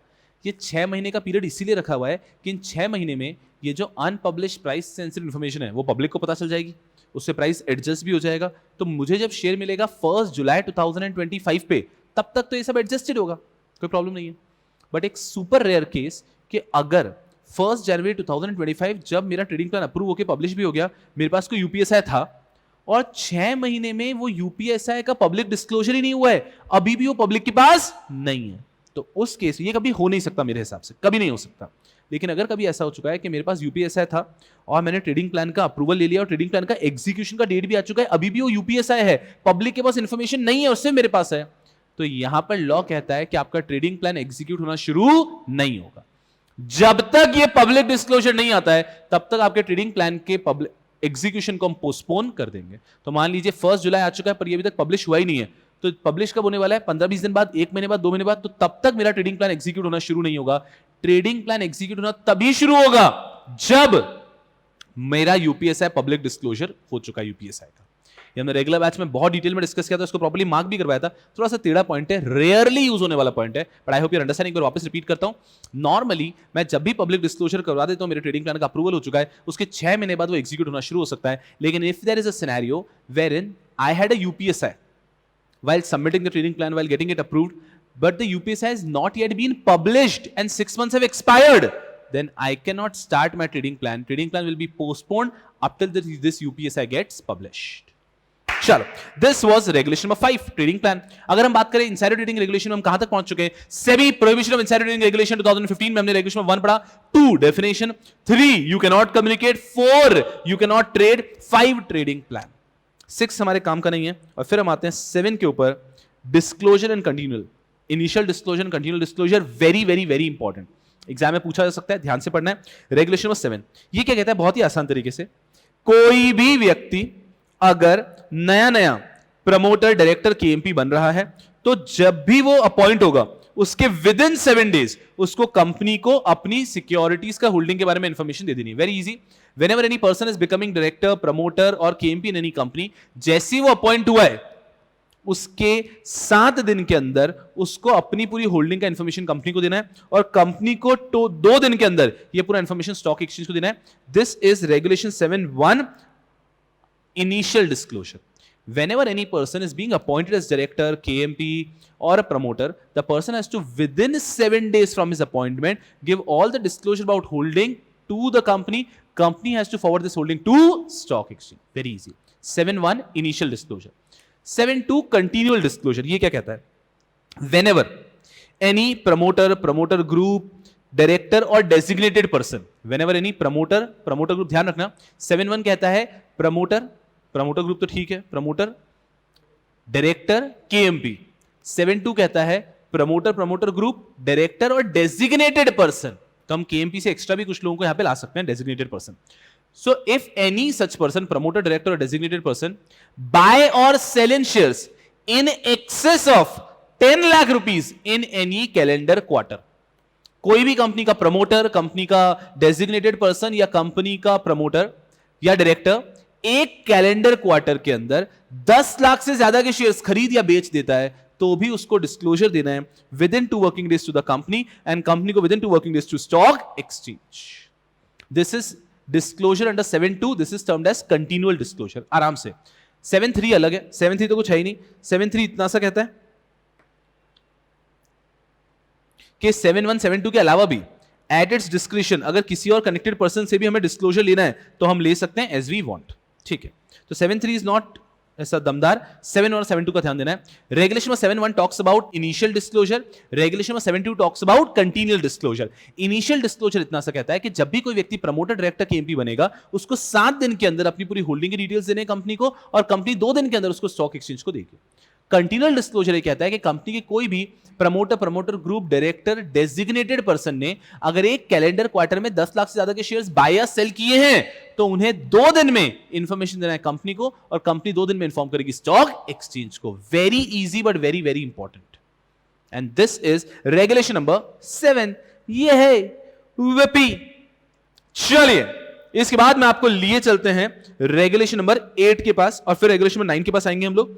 रेगुलेशन नंबर 8 सबसे पहले बात कर रहे हैं हम लोग. Principle of fair disclosure shall be as follows. एकदम आराम से प्रिंसिपल ऑफ फेयर डिस्क्लोजर की बात हो रही है यहां पे बहुत इजी तरीके से. प्रिंसिपल्स ऑफ फेयर डिस्क्लोजर बहुत प्रेम से पढ़ना. आपके लिए बहुत प्यारी सी समरी भी बना रखी है. प्रिंसिपल ऑफ फेयर डिस्क्लोजर ये कहता है एक एंटिटी को यूपीएसआई को किस तरह से डिस्क्लोज करना चाहिए. टॉपिक है प्रिंसिपल्स फॉर फेयर डिस्क्लोजर. आपको यूपीएसआई को कैसे डिस्क्लोज करना चाहिए. ये कहते हैं आपको यूपीएसआई को डिस्क्लोज करना चाहिए प्रॉम्प्ट तरीके से. प्रॉम्प्ट तरीके से डिस्क्लोज करो यूपीएसआई. जब भी कर रहे हो अच्छे से करो. ठीक है सर. यूपीएसआई को डिस्क्लोज करना चाहिए नीड टू नो बेसिस पे कि जिसको जरूरत है उसी को दो. सबको मत बताते जाओ. या तो फिर सीधा पब्लिक को बताओ वो ठीक है, लेकिन अगर कंपनी के अंदर आप बता रहे हो तो फिर कंपनी के अंदर सारे इंप्लॉइज को मत बताओ. नीड टू नो बेसिस पे यूपीएसआई दो. नेक्स्ट, अगर कभी यूपीएसआई लीक हो गया, आपको लगता है कि यार बहुत सारे लोगों को यूपीएसआई में पता चल गया, तो इमीडिएटली उसको पब्लिक डिस्क्लोजर कर दो. यूपीएसआई कब डेंजरस है? जब वो कुछ लोगों के पास है. अगर वो सबके पास चला गया तो वो डेंजरस नहीं है, क्योंकि फिर तो मार्केट में प्राइस ही एडजस्ट हो जाएगा ना. तो UPSI is dangerous if it is with a few people. ऐसा देखो, कंपनी के एकदम 5-10 लोगों के पास तो होगा, लेकिन अगर वो 100-200 लोगों के पास जा चुका है तो वो डेंजरस है, बिकॉज ये 100-200 उसको 400 लोगों को बता देंगे एंड देन ट्रेड हो जाएगा और पब्लिक को पता नहीं. तो पहली चीज कहते हैं कि यूपीएसआई का डिस्क्लोजर आप प्रॉम्प्ट रखो. अगर कभी लीक हो गया है, अरे जैसे कि फाइनेंशियल रिजल्ट क्वार्टर एंड होता है, 10-15 दिन लगते हैं उसको डिस्क्लोज करने के अंदर. तो ये 10-15 दिन जब लग रहे हैं, आपके कंपनी के डायरेक्टर्स को तो क्वार्टर एंड से दूसरे दिन पता होता है ना. तो आप क्या करो, नॉर्मली कोशिश करो कि कंपनी के सिर्फ लिमिटेड लोगों को पता हो. लेकिन अगर कभी पता चलता है कि हमारे यार कंपनी के अंदर यूपीएसआई लीक हो चुका है, तो प्रॉम्प्टली आप उसको पब्लिक को भी डिस्क्लोज कर दो. आई होप आपको डिफरेंस समझ में आ रहा है कि जनरली आपको प्रॉम्प्ट डिस्क्लोजर करना चाहिए यूपीएसआई का, लेकिन अगर लीक हो गया है तो इमीडिएटली सबको डिस्क्लोज कर दो ताकि उसका मिसयूज नहीं हो पाए. एंड जनरली उसको नीड टू नो बेसिस पे रखो. फिर यूपीएसआई को आप यूनिफॉर्म रखो और यूनिवर्सल तरीके से रखो. मतलब यूपीएसआई को आप जब भी रख रहे हो तो सबको यूनिफॉर्मली बताओ. जितनी कंपनी के 3 डायरेक्टर को बताना, तीनों डायरेक्टर को साथ में यूनिफॉर्म तरीके से बताओ. इन्फॉर्मेशन सेम होनी चाहिए, इन्फॉर्मेशन अलग अलग नहीं होनी चाहिए. उसके बाद में ये भी बहुत इंपॉर्टेंट पॉइंट है, अगर कंपनी को कभी भी क्वेरीज आ रहे हैं तो आपको इमीडिएटली उन क्वेरीज का रिस्पॉन्ड करना है. होता क्या है, जब भी यूपीएसआई शेयर होगा मार्केट में रूमर्स बनने चालू हो जाएंगे. रूमर्स ऐसे बनेंगे और ये कंपनी के अंदर ऐसा ऐसा हो रहा है, कंपनी के अंदर ऐसा ऐसा हो रहा है. तो आपको प्रोएक्टिवली उन क्वेरीज को रिस्पॉन्ड करना है कि आपको जो भी मेल कर रहे हैं कंपनी के इन्वेस्टर्स, क्या ऐसा है, क्या यस ऐसा है, नहीं ऐसा नहीं है. अगर आप क्वेरीज को प्रॉम्प्टली रिजॉल्व कर दोगे तो यूपीएसआई का मिसयूज नहीं होगा. जैसे कि मार्केट में रूमर आ गया कि रिलायंस और अदानी का मर्जर हो रहा है, प्रैक्टिकली इंपॉसिबल आ गया रूमर मान लीजिए, तो कंपनी के इन्वेस्टर्स अगर मेल लिखते हैं कंपनी को, कंपनी शुड रिस्पॉन्ड कि नहीं ऐसा कुछ नहीं है, ताकि उन रूमर के बेस पे कोई व्यक्ति शेयर बेच ना ले, खरीद ना ले. तो अगर कोई भी क्वेरीज है उनका रिस्पॉन्स होना चाहिए. फिर आपको सीरो डेजिग्नेट कर देना चाहिए. चीफ इन्वेस्टर रिलेशन ऑफिसर, जैसे कि सीईओ होता है चीफ एग्जीक्यूटिव ऑफिसर, सीएफओ होता है चीफ फाइनेंशियल ऑफिसर, वैसे ही एक investor relation officer, chief investor relation officer, ताकि वो इन सब चीजों का ध्यान रखे, इन्वेस्टर्स को गलत नहीं. उसके बाद में जो आपकी कंपनी के अंदर एनालिस्ट या रिसर्चर्स आते हैं आपकी कंपनी से डील करने के लिए, उनको भी आपको कभी भी यूपीएसआई शेयर नहीं करना है. मतलब ऐसा नहीं है कि आपकी कंपनी का कुछ 5 रिसर्चर्स हैं और आपने उनको कुछ यूपीएसआई बता दिया. नहीं, आप सीधा उसको पब्लिकली डिसेमिनेट करो, उनको वही इंफॉर्मेशन बताओ जो पब्लिक को ऑलरेडी पता है. एंड नेक्स्ट, उनकी जो भी मीटिंग होती है, आपकी जो भी मीटिंग होती है आपके रिसर्चर्स के साथ में, आपके एनालिस्ट के साथ में, उस मीटिंग की ट्रांसक्रिप्ट या वीडियो रिकॉर्डिंग आपको अपने वेबसाइट पे भी अपलोड कर देनी है, ताकि पब्लिक को भी पता चल जाए कि आपने उनको क्या बताया था. And these are principles for fair disclosure. अगर आप उसको इस प्रकार से याद कर लेते हो तो आपको कोई परेशानी नहीं होगी. ऐसा अच्छे समझते हैं। प्रिंसिपल्स ऑफ फेयर डिस्क्लोजर एकदम सिंपल। सबसे पहली चीज तो आपने यूपीएसआई को प्रॉम्प्टली इन्फॉर्म करना है। कभी लीक हो गया तो सुपर प्रॉम्प्टली सबको इन्फॉर्म कर देना है, ठीक है। यूपीएसआई जनरली कंपनी में सिर्फ नीड टू नो बेसिस पे रखो, जिनको जरूरत है उन्हीं को दो, या फिर सीधा पब्लिकली डिस्क्लोज कर दो। बहुत लोगों को बताना है इस रिस्क की। उसके बाद में यूनिफॉर्म रखो, यूनिवर्सल रखो यूपीएसआई को। अगर कोई भी लोग क्वेरीज पूछ रहे हैं कुछ रूमर्स को लेके, तो इंश्योर करो आप रिप्लाई करो उन चीजों को। 0 अपॉइंट कर दो चीफ इन्वेस्टर रिलेशन ऑफिसर, ताकि वो ये सब हैंडल कर पाए। फिर एनालिस्ट और रिसर्चर्स को कभी भी यूपीएसआई ऐप शेयर मत करो, और उनके साथ जो भी आपका डिस्कशन हो रहा है उसका ट्रांसक्रिप्ट और उसकी वीडियो रिकॉर्डिंग अपने वेबसाइट पे अपलोड करके रखो, ताकि कोई भी व्यक्ति उसको देख पाए, ताकि रूमर्स बने नहीं। These are principles for fair disclosure of UPSI, कि यूपीएसआई को फेयरली आपको कैसे डिस्क्लोज करना चाहिए। Principle of fair disclosure of UPSI. Exam में एक बार ये आ गया था। होता क्या है, इतना जनरल क्वेश्चन आता है, अपन अरे यार क्या लिखना है, पर पॉइंट ले रहे, prompt, need to know basis, leak हो गया तो इमीडिएटली प्रॉम्प्ट, 0 को पॉइंट करना है, क्वेरीज का रिप्लाई करना है, यूनिवर्सल रखना है हमें, यूनिफॉर्म रखना है हमको, एनालिस्ट के साथ में जो भी हो रहा है वो हमको यूपीएसआई शेयर नहीं करना है, उनके साथ जो भी हमने डिस्कशन किया उसका ट्रांसक्रिप्ट वीडियो रिकॉर्डिंग हमें वेबसाइट पे अपलोड करके रखनी है। If you have these points you can get wonderful marks, and this is regulation number 8 पर से। फिर आता है हमारा रेगुलेशन नंबर 9। ये बहुत ही बढ़िया, मतलब रेगुलेशन नंबर, ये जो प्रिंसिपल फॉर फेयर डिस्क्लोजर है जनरल हो गया। अब आते हैं हमारे रेगुलेशन नंबर 8 और 9 पे साथ में। कोड ऑफ फेयर डिस्क्लोजर जो हमने पढ़ा है वो है प्रिंसिपल्स ऑफ फेयर डिस्क्लोजर। अब आएगा कोड ऑफ फेयर डिस्क्लोजर और कोड ऑफ कंडक्ट। इसको बहुत अच्छे से पढ़ना ताकि कंफ्यूजन नहीं होगा। पूरी क्लास का फोकस यहां पे एकदम प्रेम से पढ़ो। Code of fair disclosure is given under regulation number 8। Code of fair disclosure given under regulation number 8। Code of conduct is there under 9(1) and 9(2). ठीक है, तो 3 चीजें पढ़ाने वाला हूं मैं, जैसे रेगुलर क्लास में पढ़ा था वैसे ही पढ़ेंगे। पहले एप्लीकेबिलिटी अच्छे से समझ में आ जानी चाहिए, उसके बाद हम चार्ट पे चले जाएंगे। 3 चीजें पढ़ना है। देखो, जो हम ऑलरेडी पढ़ के आ चुके हैं वो है principal of fair disclosure, confusion नहीं, ये पढ़ा है हमने प्रिंसिपल ऑफ फेयर डिस्क्लोजर। तो जो हम ऑलरेडी पढ़कर आए हैं वो है प्रिंसिपल्स ऑफ फेयर डिस्क्लोजर, उससे कंफ्यूज नहीं होना है, ठीक है। अब जो 3 चीजें पढ़ रहे हैं हम पढ़ेंगे कोड ऑफ फेयर डिस्क्लोजर, उसके बाद में code of conduct under 9(1) and code of conduct under 9(2), code of disclosure under regulation 8। तो ये 3 चीजें पढ़ रहे हैं। प्रिंसिपल्स ऑफ फेयर डिस्क्लोजर पढ़ लिया, प्रॉम्प्ट हमें बताना है, लीक हो गया तो और प्रॉम्प्ट रखना है, यूनिवर्सल रखना है, नीड टू नो बेसिस पे रखना है, एनालिस्ट को, ये सब हो गया प्रिंसिपल्स ऑफ फेयर डिस्क्लोजर। अब पढ़ेंगे हम code of fair disclosure under regulation number 8, code of conduct under regulation 9(1) and code of conduct under regulation 9(2). पहले देखो ये किस किस पे अप्लाई करता है, बहुत सिंपल तरीके से। Code of fair disclosure is applicable to every listed company, बात खत्म। Code of fair disclosure is applicable to every listed company, Bharat की हर लिस्टेड कंपनी को कोड ऑफ फेयर डिस्क्लोजर बनाना है, ठीक है sir. Code of conduct under 9(1) is applicable on every listed company as well as all the SEBI registered intermediaries। Code of conduct under 9(1) बनाना है हर लिस्टेड कंपनी को और SEBI रजिस्टर्ड इंटरमीडियरी को, अच्छे समझना, बहुत सिंपल। So code of fair disclosure बनाना है हर लिस्टेड कंपनी को under regulation number 8। Code of conduct under 9(1) बनाना है हर लिस्टेड कंपनी को और SEBI रजिस्टर्ड इंटरमीडियरी को। And code of conduct under 9(2) बनाना है एक ऐसी कंपनी को, एक ऐसी एंटिटी को जो लिस्टेड कंपनी भी नहीं है, जो सेबी रजिस्टर्ड इंटरमीडियरी भी नहीं है, but which handles UPSI, but जिनके पास में यूपीएसआई आता है, जैसे कि सीए फर्म हो गई। तो ये सीए फर्म ना तो सेबी रजिस्टर्ड इंटरमीडियरी है, ना ही ये लिस्टेड कंपनी है, बट ये यूपीएसआई हैंडल तो करती है ना, merchant banking firm UPSI handle तो करती है। ये हो गया रेगुलेशन 9(2) के अंदर कोड ऑफ कंडक्ट। एप्लीकेबिलिटी समझ में आ गया तो बच्चा गलती नहीं करेगा, एप्लीकेबिलिटी परफेक्ट होना चाहिए। रेगुलेशन नंबर 8, पहले तो 8 और 9 पढ़ने के पहले जो हमने पढ़ा वो है प्रिंसिपल्स ऑफ फेयर डिस्क्लोजर, वो प्रिंसिपल्स हो गए प्रॉम्प्ट, टॉम्प्ट, ये सब। फिर आया code of fair disclosure under regulation number 8, applicable for every listed company. Code of conduct under 9(1) applicable on every listed company and SEBI registered intermediary, and code of conduct under 9(2) applicable on those who are nor listed company nor SEBI registered intermediaries, but they handle UPSI, so they have to make a code of conduct under 9(2). चलो अब एक एक करके आराम से पढ़ते हैं।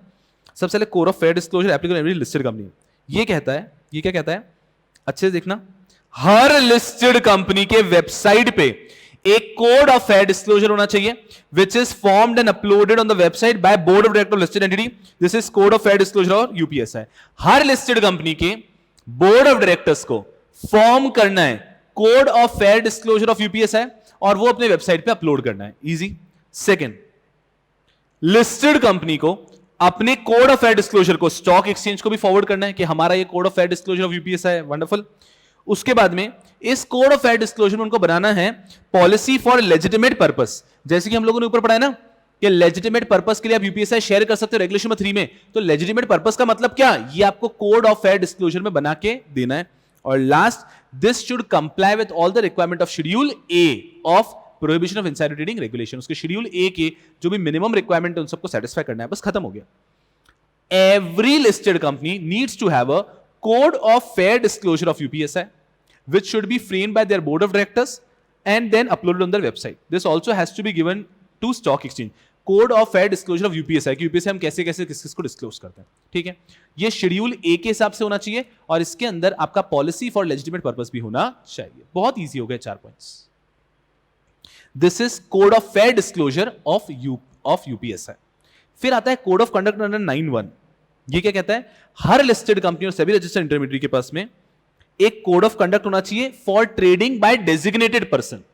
कि आपकी कंपनी में जो भी डेजिग्नेटेड पर्सन है, याद करो डेजिग्नेटेड पर्सन रेगुलेशन नंबर 7(2) में भी आ चुका है कि जो भी डेजिग्नेटेड पर्सन अगर एक कैलेंडर क्वार्टर में 10 लाख से ज्यादा के शेयर्स बाय या सेल करेंगे तो हमें इंफॉर्म करना है 2 दिन में स्टॉक एक्सचेंज कंपनी को, 2 दिन में कंपनी स्टॉक इंफॉर्म करेगी स्टॉक एक्सचेंज को. सिमिलरली यहां पे भी आ रहा है कि सर ये डेजिग्नेटेड पर्सन होते कौन है, ये यहां पे बना हो गया.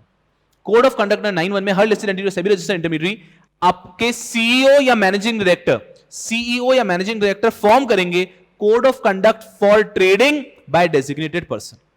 कोड ऑफ कंडक्ट बनाएंगे for trading by designated person.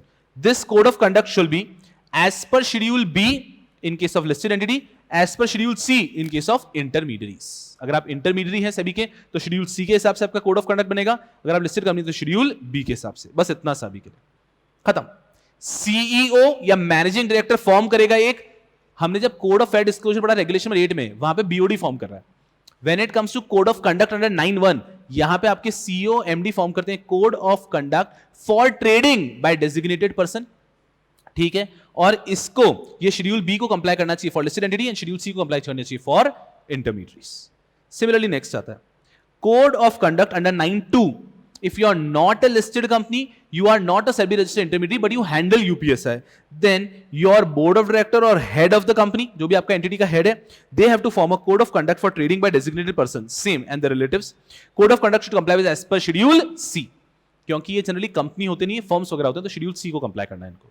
ठीक है सर. सबसे पहले ये 3 चीजें याद हो जानी चाहिए तो हम आगे बढ़ेंगे. ये है बहुत ईजी बट ये बहुत सिमिलर लगता है. जैसे कि मैं क्लास में पढ़ाते टाइम भी बताता हूं, बचपन में आपने एक पजल खेला होगा, 2 इमेजेस होते थे और उसमें से डिफरेंसेस ढूंढने होते थे. बस ये वैसा ही है, बहुत सिंपल है. Code of fair disclosure as per regulation number 8, code of conduct as per 9(1), code of conduct as per 9(2). Applicability listed company and SEBI registered intermediary. You are not listed company nor you are SEBI registered intermediary, but you handle UPSI. Okay. Who has to form? First case में BOD has to form and upload on the website. Second case में managing director CEO has to form. Here your board of directors or your head of the organization has to form. ठीक है. Which schedule you need to comply with? यहाँ पे कहते हैं schedule A, schedule B and C. B for listed entities, C for intermediaries. Schedule C. Comparatively आसान, इतना कोई difficult भी नहीं है. यहाँ पे हमें सभी को भी फाइल करना होता है कोड ऑफ फेयर डिस्क्लोजर. यहाँ पे ऐसा कुछ डिटेल दिया नहीं. अब थोड़ा सा और डिटेल में जाते हैं. यहाँ पे आई होप सबको याद हो चुका है. अब कुछ एक्स्ट्रा चीजें आपको ध्यान रखनी है. Identify compliance officer for these two 9(1) and 9(2). Code of conduct under 9(1) and code of conduct under 9(2). You have to identify a compliance officer कि who's going to ensure कि पूरा complied है. तो ये compliance officer बनाना है. फिर इन दोनों के अंदर हम क्या बना रहे हैं, हम कोड ऑफ कंडक्ट बना रहे हैं for trading by designated person. तो हमको डेजिग्नेटेड पर्सन भी तो बनाने पड़ेंगे कि कंपनी में डेजिग्नेटेड पर्सन कौन कौन है. पर्सन हुआ डेजिग्नेटेड. अभी क्या कहते हैं, स्पेसिफाई द डेजिग्नेटेड पर्सन. ठीक है. अब कैसे हम डेजिग्नेटेड पर्सन निकालेंगे. रिलायंस है, रिलायंस के ऑर्गेनाइजेशन में 15,000 लोग काम कर रहे हैं, उसमें से कौन कौन डेजिग्नेटेड पर्सन है. तो इनका कहना है डेजिग्नेटेड पर्सन बनाते समय आप ये ध्यान रखो, समझना अच्छे से क्या लिखा है. Consider seniority and professional designation. आप डेजिग्नेटेड पर्सन जब भी किसी को बना रहे हो तो consider their seniority and professional designation, you consider their seniority and professional designation, फिर आप उनको कनेक्टेड पर्सन बनाओ एंड इंक्लूड, और इन लोगों को तो कनेक्टेड पर्सन में लो। तो कनेक्टेड पर्सन जब भी आप डेजिग्नेट कर रहे हो तब आप देखो सीनियरिटी एंड प्रोफेशनल डेजिग्नेशन और इंश्योर करो कि इन लोगों को इंक्लूड करो। किन लोगों को? Employees of listed entity, intermediary and fiduciary, employees of listed entity, intermediary, fiduciary who were their functional role के अंतर्गत they have access to UPSI, in which in their functional role they have access to UPSI. तो हर उस employee of listed entity, intermediary और fiduciary को लो जिसके functional role में उनको यूपीएसआई का एक्सेस रहता है। सही है। दूसरा point, employee of material subsidiary, जिनके फंक्शनल रोल में उनको यूपीएसआई का एक्सेस रहता है। तो आपके लिस्टेड एंटिटी के इंप्लॉय, फिड्यूशरी के इंप्लॉय, इंटरमीडियरी के इंप्लॉय जिनके फंक्शनल रोल में उनको यूपीएसआई का एक्सेस रहता है उनको इंक्लूड करो। आपके मटेरियल सब्सिडरी के इंप्लॉयज जिनके फंक्शनल रोल में उनको यूपीएसआई का एक्सेस रहता है उनको इंक्लूड करो। उसके बाद में वो बोलते हैं, लास्ट पॉइंट पे लाता हूं, support staff of listed entity, intermediate, fiduciary who have access to UPSI. तो ये 3 पॉइंट में उन्होंने एक्सेस टू यूपीएसआई पे फोकस किया कि हमारे लिस्टेड एंटिटी, इंटरमीडिएट, फिड्यूशरी के वो एम्प्लॉइज जिनके पास फंक्शनल रोल में यूपीएसआई का एक्सेस रहता है, हमारी मटेरियल सब्सिडरी के वो एम्प्लॉइज जिनके फंक्शनल रोल में उनके यूपीएसआई का एक्सेस रहता है, या फिर हमारे सपोर्ट स्टाफ जिनके पास यूपीएसआई का एक्सेस रहता है, इनको डेजिग्नेटेड पर्सन में इंक्लूड करो। इसके बाद में 2 पॉइंट में उन्होंने यूपीएसआई की बात नहीं की, इन लोगों को तो हमेशा इंक्लूड करो। कौन? आपके कंपनी के प्रमोटर्स जो हैं उनको, या आपके जो इंडिविजुअल प्रमोटर्स हैं ऑफ इंटरमीडिएट और fiduciary, promoters of the listed entity और इंडिविजुअल प्रमोटर्स ऑफ फिड्यूशरी और इंटरमीडिएट, इनको भी आप इंक्लूड करो। Next, CEOs as well as employees 2 level below CEO. तो हमारे प्रमोटर्स को भी इंक्लूड किया। देखो, अगर हमारी लिस्टेड एंटिटी है तो उसके सारे प्रमोटर्स को इंक्लूड कर लो, इंटरमीडिएट, फिड्यूशरी है तो उनके इंडिविजुअल प्रमोटर्स को इंक्लूड कर लो, और उसके बाद में CEO and working 2 level below CEO, इन सबको भी आप डेजिग्नेटेड पर्सन में ले लो। इस प्रकार से 5 पॉइंट हो जाते हैं। अच्छे से पढ़ो। टॉपिक क्या पढ़ा हमने? ये टॉपिक पढ़ा for making code of conduct under 9(1) और 9(2). 9(1) में कोड ऑफ कंडक्ट बनता है for listed entity and SEBI registered intermediate. 9(2) में कोड ऑफ कंडक्ट बनता है हमारा for those person other than listed entity and intermediates who handle UPSI. उनके 9(1) और 9(2) के कंप्लायंस हमने पढ़ लिए। ये शेड्यूल बी और सी के हिसाब से होगा, शेड्यूल सी के हिसाब से होगा, वगैरह वगैरह। अब यहाँ पे कह रहे हैं कि इन दोनों केसेस में आपको इंश्योर करना है, एक तो कंप्लायंस ऑफिसर अपॉइंट कर दो, और ये दोनों है code of conduct for trading by designated person. तो आपको पहले बनाना तो पड़ेगा ना डेजिग्नेटेड पर्सन कौन है। अब हम जब डेजिग्नेटेड पर्सन बना रहे हैं तो इन्होंने कैसे लिस्ट बनाई? डेजिग्नेटेड पर्सन जब भी आप बनाओगे तब आप इंश्योर करो आप सीनियरिटी और प्रोफेशनल डेजिग्नेशन के बेसिस पर उनको इंक्लूड करो एंड इंक्लूड। ये 5 पॉइंट में इन 5 लोगों को इंक्लूड कर लो। Employ of listed entity, intermediate, fiduciary who in their functional role have access to UPSI. Second, employee of material subsidiary who in their functional role have access to UPSI. Employee who are giving support staff, support services, support staff who have access to UPSI. 3. उसके बाद में आपके direct promoters of listed entity and individual promoters of fiduciary और intermediary. ठीक है। उसके बाद में CEO and those employees working 2 level below CEO, इन सबको डेजिग्नेटेड पर्सन में आपको इंक्लूड करना ही चाहिए। इसके अलावा आप किसी और व्यक्ति को भी इंक्लूड करना चाहो तो कर सकते हो, बट इनको तो इंक्लूड करना ही है। और इसके साथ में खत्म होता है हमारा रेगुलेशन नंबर 8 और 9। बहुत ही जबरदस्त। अगर इस प्रकार से पढ़े तो आप गलती कर ही नहीं पाओगे। इसके बाद में आता है 9A, इंस्टीट्यूशनल मैकेनिज्म, कि किस प्रकार से एक इंस्टीट्यूशन इंश्योर कर सकता है कि इनसाइडर ट्रेडिंग ना हो। मेरा कोशिश रहता है कि मैं कंसेप्चुअल रिवीजन के अंदर भी थोड़ा डिस्कशन करते हुए जाऊं ताकि कंसेप्ट क्लियर होते रहे, पर साथ ही साथ मैं ये भी इंश्योर करूं कि टाइम बिल्कुल वेस्ट नहीं हो रहा है। बिकॉज जब आप इस रिवीजन को पहली बार देखोगे तो ठीक है, अगर आप इसको दूसरी और तीसरी बार देखोगे आप चाहोगे कम से कम समय में पूरा चैप्टर रिवाइज हो जाए। ठीक है, तो एकदम बैक टू बैक कंसेप्ट लेंगे हम लोग। क्लास में हम बहुत ज्यादा स्लो जाते हैं, रिवीजन में स्पीड बना के चलेंगे।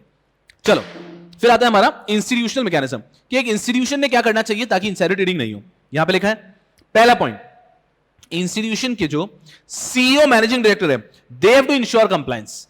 आप सिर्फ लॉ बनाने से काम नहीं चलेगा, लॉ का एग्जीक्यूशन होना चाहिए। जो कंपनी के सीईओ एंड मैनेजिंग डायरेक्टर है they have to ensure compliance with all the code of conduct and requirement. उसके बाद में you have to make such internal controls कि आपके यहां पे इनसाइडर ट्रेडिंग हो ना पाए। You have to make policy for whistle blower, ताकि लोग कन्वीनियंटली आके रिपोर्ट कर पाए। You need to have a policy for whistle blower, ताकि उनके साथ गलत नहीं हो जो आके आपको कंप्लेन बता रहे हैं। आपकी कंपनी में 10,000 एम्प्लॉइज हैं तो you have to give an option कि किसी भी व्यक्ति को अगर अपने आसपास कुछ नॉन कंप्लायंस दिखता है तो वो यहां पे आके रिपोर्ट कर सकता है. You need to have a policy for whistle blower. उसके बाद में you have to have a policy for inquiry in case of leak of UPSI. कभी भी अगर यूपीएसआई लीक हुई तो आपके पास एक पॉलिसी होनी चाहिए जिसके तहत इंक्वायरी होगी in case of leak of UPSI. And we have to ensure कि सारे इंटरमीडिएट फिड्यूशियरी विल कोऑपरेट. सारे इंटरमीडिएट तो फिड्यूशियरी को कोऑपरेट करना है इंक्वायरी में. And audit committee will review it once a year. आपने जो भी मैकेनिज्म बना रखे वो ऑडिट कमिटी को साल में एक बार रिव्यू करने होंगे. ये बहुत इजी 5 पॉइंट्स हैं जो हर कंपनी को करना चाहिए टू एंश्योर कि वहां पे इनसाइडर ट्रेडिंग नहीं हो रही. सिंपल. पहला हो गया मैनेजिंग डायरेक्टर सीईओ को कंप्लायंस का इंश्योरिटी करना है. उसके बाद में आपके पास ऐसे इंटरनल कंट्रोल्स बनाने हैं ताकि इनसाइडर ट्रेडिंग नहीं हो. आपको पॉलिसी बनानी है जहां पे विसल ब्लोअर आके रिपोर्ट कर पाए. आपको पॉलिसी बनानी है इंक्वायरी की इन केस ऑफ लीक जहां पे सारे फिड्यूशियरी इंटरमीडिएट्स कोऑपरेट करेंगे. और लास्ट पॉइंट आ जाता है ऑडिट कमेटी को ये सारे एक्शंस जो भी आप ले रहे हो साल में एक बार एटलीस्ट रिव्यू करने कि अपडेटेड है या नहीं, इससे एक्चुअली प्रॉब्लम सॉल्व हो रही है या नहीं. याद रखने के बहुत ईजी है. देखो 2 पॉइंट इंटरनल कि इंटरनल कंट्रोल्स आपको स्ट्रांग बनाने हैं और आपकी इंटरनली जो मैनेजिंग डायरेक्टर सीईओ हैं वो खुद इसका कंप्लायंस करेंगे. 2 पॉइंट पॉलिसी के हो जाएंगे कि आपको पॉलिसी बनाना है for whistle blower and policy for inquiry in case of leak. और 1 पॉइंट हो जाएगा ऑडिट कमेटी को इंश्योर करना है कि ये जो आपके इंटरनल कंट्रोल्स वगैरह हैं, जो आपके एमडी सीईओ हैं, जो आपकी पॉलिसीज हैं, ये सही है या नहीं है, साल में एक बार रिव्यू करना है. And these are institutional mechanism for prevention of insider trading. Institutional mechanism for prevention of insider trading. बहुत ही जबरदस्त. उसके बाद में हमने यहां पे पढ़ा था, जैसे कि हमने पढ़ लिया कि इंटरनल कंट्रोल्स आपको इफेक्टिव रखने हैं. सीईओ मैनेजिंग डायरेक्टर को इंश्योर करना है कंप्लायंस होगा. ऑडिट कमेटी को साल में एक बार चेक करना है कि कभी भी अगर आपके लीक हुई है यूपीएसआई या सस्पेक्टेड लीक है तो इंक्वायरी का प्रोविजन होना चाहिए and proper whistle blower policy होना चाहिए. ये हमने पढ़ा. अब ये बता रहे हैं कि आपको इंटरनल कंट्रोल्स अच्छे होने चाहिए ताकि इनसाइडर ट्रेडिंग नहीं हो. इंटरनल कंट्रोल्स में क्या क्या हो जाता है तो ये बता रहे हैं. रेगुलेशन 9 में हम डेजिग्नेटेड पर्सन पढ़ कर आए तो आपको हर व्यक्ति जिसका यूपीएसआई हो सकता है उसको डेजिग्नेटेड पर्सन में इंक्लूड कराना है. ये एक इंटरनल कंट्रोल है. आपको प्रॉपर यूपीएसआई को आइडेंटिफाई करके उसको कॉन्फिडेंशियल रखना है. ये एक इंटरनल कंट्रोल है. रेगुलेशन नंबर 3 क्या कहता है, आपको रेस्ट्रिक्शन रखना है और कम्युनिकेशन प्रोक्योरमेंट पे. ये एक इंटरनल कंट्रोल है. रेगुलेशन नंबर 3 कहता है कि आपको एक डिजिटल लिस्ट बनानी है. किसी के पास यूपीएसआई जाएगा उसकी एक लिस्ट बनानी है. ये भी एक इंटरनल कंट्रोल है. तो प्रैक्टिकली जो हमने पहले पढ़ा वही आपको कंप्लाई करना है. ये इंटरनल कंट्रोल है. ट्रेडिंग प्लान्स प्रॉपर्ली अप्रूव होने चाहिए. ये भी इंटरनल कंट्रोल है. तो ये सब आपको इंटरनल कंट्रोल रखने. This is regulation number 9A. Now very happily we are going towards the penalty provision. Penalty provision बहुत ही मस्ती से हम लोग पढ़ते हैं. Penalty provision के अंदर इतनी सी बात है कि insider trading के अंदर 2 प्रकार की penalty है. One is penalty given under 15G and one is penalty given under 24. 15G of SEBI Act and Section 24 of SEBI Act. पहले 15G की बात करते हैं, वो insider trading की बात करते हैं. 15G कहता है any person who has violated any provision of insider trading regulation should be punished with a minimum amount of 10 lakh rupees, maximum amount of 25 CR or 3 times of profit made whichever is higher. एकदम आराम से. तो ये बताता है penalty कितना होगा. Minimum 10 lakh rupees की पेनल्टी होगी और मैक्सिमम 25 करोड़ और 3 times of profit made whichever is higher. 25 crore और 3 times of profit made whichever is higher. ये होगा. ये मैं पहले ही बहुत बार एग्जांपल से बता चुका हूं. मान लीजिए मैंने शुभम सुखलेचा ने मुझे किसी कंपनी का इनसाइडर ट्रेडिंग का टिप आ गया, कंपनी का यूपीएसआई आ गया, मैंने उसके बेस पे 10 लाख के शेयर खरीद लिए. फिर जैसे ही वो इन्फॉर्मेशन पब्लिक में आई वो शेयर 15 लाख के हो गए, मैंने बेच दिए. प्रॉफिट कितने का हुआ? 5 लाख रुपीस का. अब मेरे ऊपर पेनल्टी कितनी हो सकती है? मिनिमम तो 10 लाख होनी है और मैक्सिमम हो सकती है 25 करोड़ और 3 times of profit made whichever is higher. मेरा प्रॉफिट हुआ 5 लाख का. 5 लाख का 3 times 15 लाख. 15 लाख और 25 CR whichever is higher. 25 CR मेरे ऊपर 25 करोड़ तक की पेनल्टी लग सकती है. तो minimum is 10 lakh and maximum could be 25 crore in this case. Sir मतलब चोरी करो तो बड़ी करो. चलो ठीक है. अगली बार मैंने क्या किया, मुझे कोई टिप मिला, मैंने 1000 करोड़ के शेयर्स खरीद लिए. जैसे वो इंफॉर्मेशन पब्लिक में आई 1100 करोड़ के शेयर्स हो गए, मैंने बेच दिए. मेरा प्रॉफिट कितना हो गया? 100 CR का. अब मेरे ऊपर पेनल्टी कितनी हो सकती है? मिनिमम 10 लाख, मैक्सिमम 25 CR और 3 times of profit made whichever is higher. मेरा प्रॉफिट हुआ 100 CR का इंटू 3, 300 CR और 25 crore whichever is higher 300 CR. 300 crore की पेनल्टी हो सकती है. तो penalty is very strict. I hope you're understanding this example. तो पेनल्टी होगी मिनिमम 10 लाख, मैक्सिमम 25 CR और 3 times of profit made whichever is higher. जबरदस्त. ये है 15G के हिसाब से. 15G ऑफ सेबी एक्ट ने पेनल्टी बताई। फिर एक और सेक्शन 24 ऑफ सेबी एक्ट है, वो भी बता देता हूं यहीं पे। सेक्शन 24 ऑफ सेबी एक्ट कहता है कि किसी भी व्यक्ति ने सेबी का कोई भी एक्ट या कोई भी रेगुलेशन रूल को वायलेट किया है तो उसके ऊपर हो सकता है imprisonment which may extend to 10 years and fine which may extend to 25 crore और बोथ। ये जनरल है, सेक्शन 24 जनरल है कि आपने सेबी की किसी भी चीज को वायलेट किया है तो आप पे इंप्रिजनमेंट हो सकता है अप टू 10 years और फाइन हो सकता है अप टू 25 CR और बोथ। फिर यही कहता है अगर आप पे हमने कोई फाइन लगाया और आपने फाइन पे नहीं किया तो इंप्रिजनमेंट हो सकता है minimum 1 month to maximum 10 year और विद फाइन ऑफ 25 crore और विद बोथ। तो सेक्शन 25 को याद रखना है हमेशा, ये जनरल है। जनरल सेक्शन क्यों लाना पड़ा? जनरली प्रोविजंस में पेनल्टी का अमाउंट तो है बट इंप्रिजनमेंट की बात ही नहीं है। तो किसी भी व्यक्ति को इंप्रिजनमेंट देना है तो हमको सेक्शन 24 में देना पड़ता है कि आपने सेबी के किसी भी एक्ट रेगुलेशन रूल्स को वायलेट किया तो आप पे 10 साल तक का इंप्रिजनमेंट हो सकता है, 25 crore तक की फाइन हो सकती है और बोथ। अगर कभी आप पे फाइन लगा और फाइन पे नहीं कर रहे हो तो मिनिमम 1 month का imprisonment which can extend to 10 years और 5 CR और 25 CR तक का फाइन और विथ और बोथ। तो अगर आपने फाइन पे नहीं किया तो कम से कम 1 month का इंप्रिजनमेंट तो हो ही जाता है। और जनरली अगर आपने कोई भी वायलेशन किया है तो सेबी आपको 10 years तक का इंप्रिजनमेंट अवॉर्ड कर सकता है। तो अगर मैं यहाँ पे एकदम सिंप्लीफाई करूँ आपके लिए तो 15G के अंदर पेनल्टी बता रखी इनसाइडर ट्रेडिंग की minimum 10 lakh which may extend to 25 CR और 3 times ऑफ प्रॉफिट में व्हिचएवर इज हायर। लेकिन अगर कोई इनसाइडर ट्रेडिंग करता है तो उसको सेक्शन 24 के तहत इंप्रिजनमेंट भी हो सकता है अप टू 10 years। खत्म। अगर आपके अगेंस्ट कोई भी सेबी ने आपको इंप्रिजनमेंट वगैरह दिया है और आप खुश नहीं है तो आप अपील कर सकते हैं to SAT within 45 days। SEBI ने आपके अगेंस्ट इंप्रिजनमेंट प्रोविजन दिया है, आप पे फाइन लगाया है, पेनल्टी लगाई है, आप खुश नहीं है, 45 days में आप सैट के पास जा सकते हैं। आप सैट के ऑर्डर से भी खुश नहीं है, आप सुप्रीम कोर्ट के पास जा सकते हैं, जैसे हमने सेबी एक्ट में ऑलरेडी पढ़ा है। And this leads us to only one topic, that is role of CS. Role of CS हमें पढ़ना ही नहीं है। प्रैक्टिकली रोल ऑफ सीएस में अगर हमने चैप्टर बहुत ईमानदारी से पढ़ा है तो हमें रोल ऑफ सीएस में एफर्ट नहीं लगते हैं, क्योंकि जो जो हमने चैप्टर में पढ़ा है ये आपको पढ़ाया क्यों गया है, ताकि कल एज अ सीएस आप ये सब काम कर पाओ।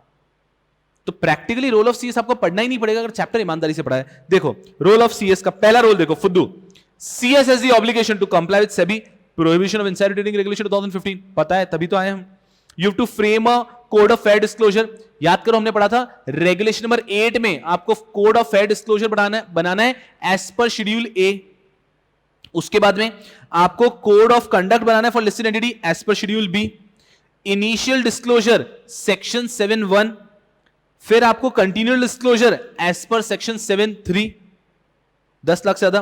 प्री क्लियरेंस ऑफ ट्रेड, अगर किसी ने रेजोल्यूशन प्लान अप्रूव नहीं किया है और आप डेजिग्नेटेड पर्सन हो तो हर डेजिग्नेटेड पर्सन को ट्रेड कंपनी के शेयर खरीदने के पहले क्लियरेंस लेना है कंप्लायंस ऑफिसर से, प्री क्लियरेंस। तो डेजिग्नेटेड पर्सन हमने पढ़ा किसको बनाना है, उसके अंदर ही आ जाएगा। उसके बाद में approve the trading plan, regulation of 5 में पढ़ा है कि आप ट्रेडिंग प्लान सबमिट करते हो, कंप्लायंस ऑफिसर को अप्रूव करता है, ठीक है, और वो नोटिफाई करता है।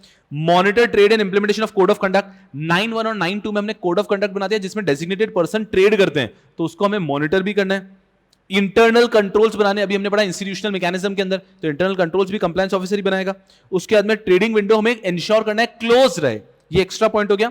बट पहले यहां पे आता हूं, स्ट्रक्चर्ड डिजिटल डेटाबेस हमको मेंटेन करके रखना है, रेगुलेशन नंबर 3 में पढ़ा है। एंड हमें नोटिस देना है to maintain confidentiality, regulation number 3 में पढ़ा है। किसी को भी यूपीएससी देंगे तो उसके साथ हम नोटिस देंगे। ये मैंने 4 पॉइंट्स हाईलाइट कराए कि ये आप याद रख लेंगे तो भी डन है। पढ़े हमने सारे थे रेगुलर लेक्चर्स के टाइम पे, लेकिन ये कुछ 4 पॉइंट है, ये याद रखना आपके लिए काफी आसान है।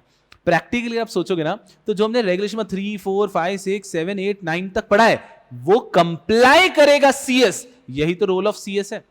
तो रेगुलेशन में 3 में हमने पढ़ा है कि हम किसी को कम्युनिकेट नहीं करेंगे, अगर करेंगे तो हम डिजिटल डेटाबेस में उसका नाम लिख देंगे, ये सीएस का रोल है कि डिजिटल डेटाबेस बनेगा। उसके बाद में हम हर एक के साथ कॉन्फिडेंशियली अग्रीमेंट करेंगे, रेगुलेशन में 3 में, ये सीएस का रोल है।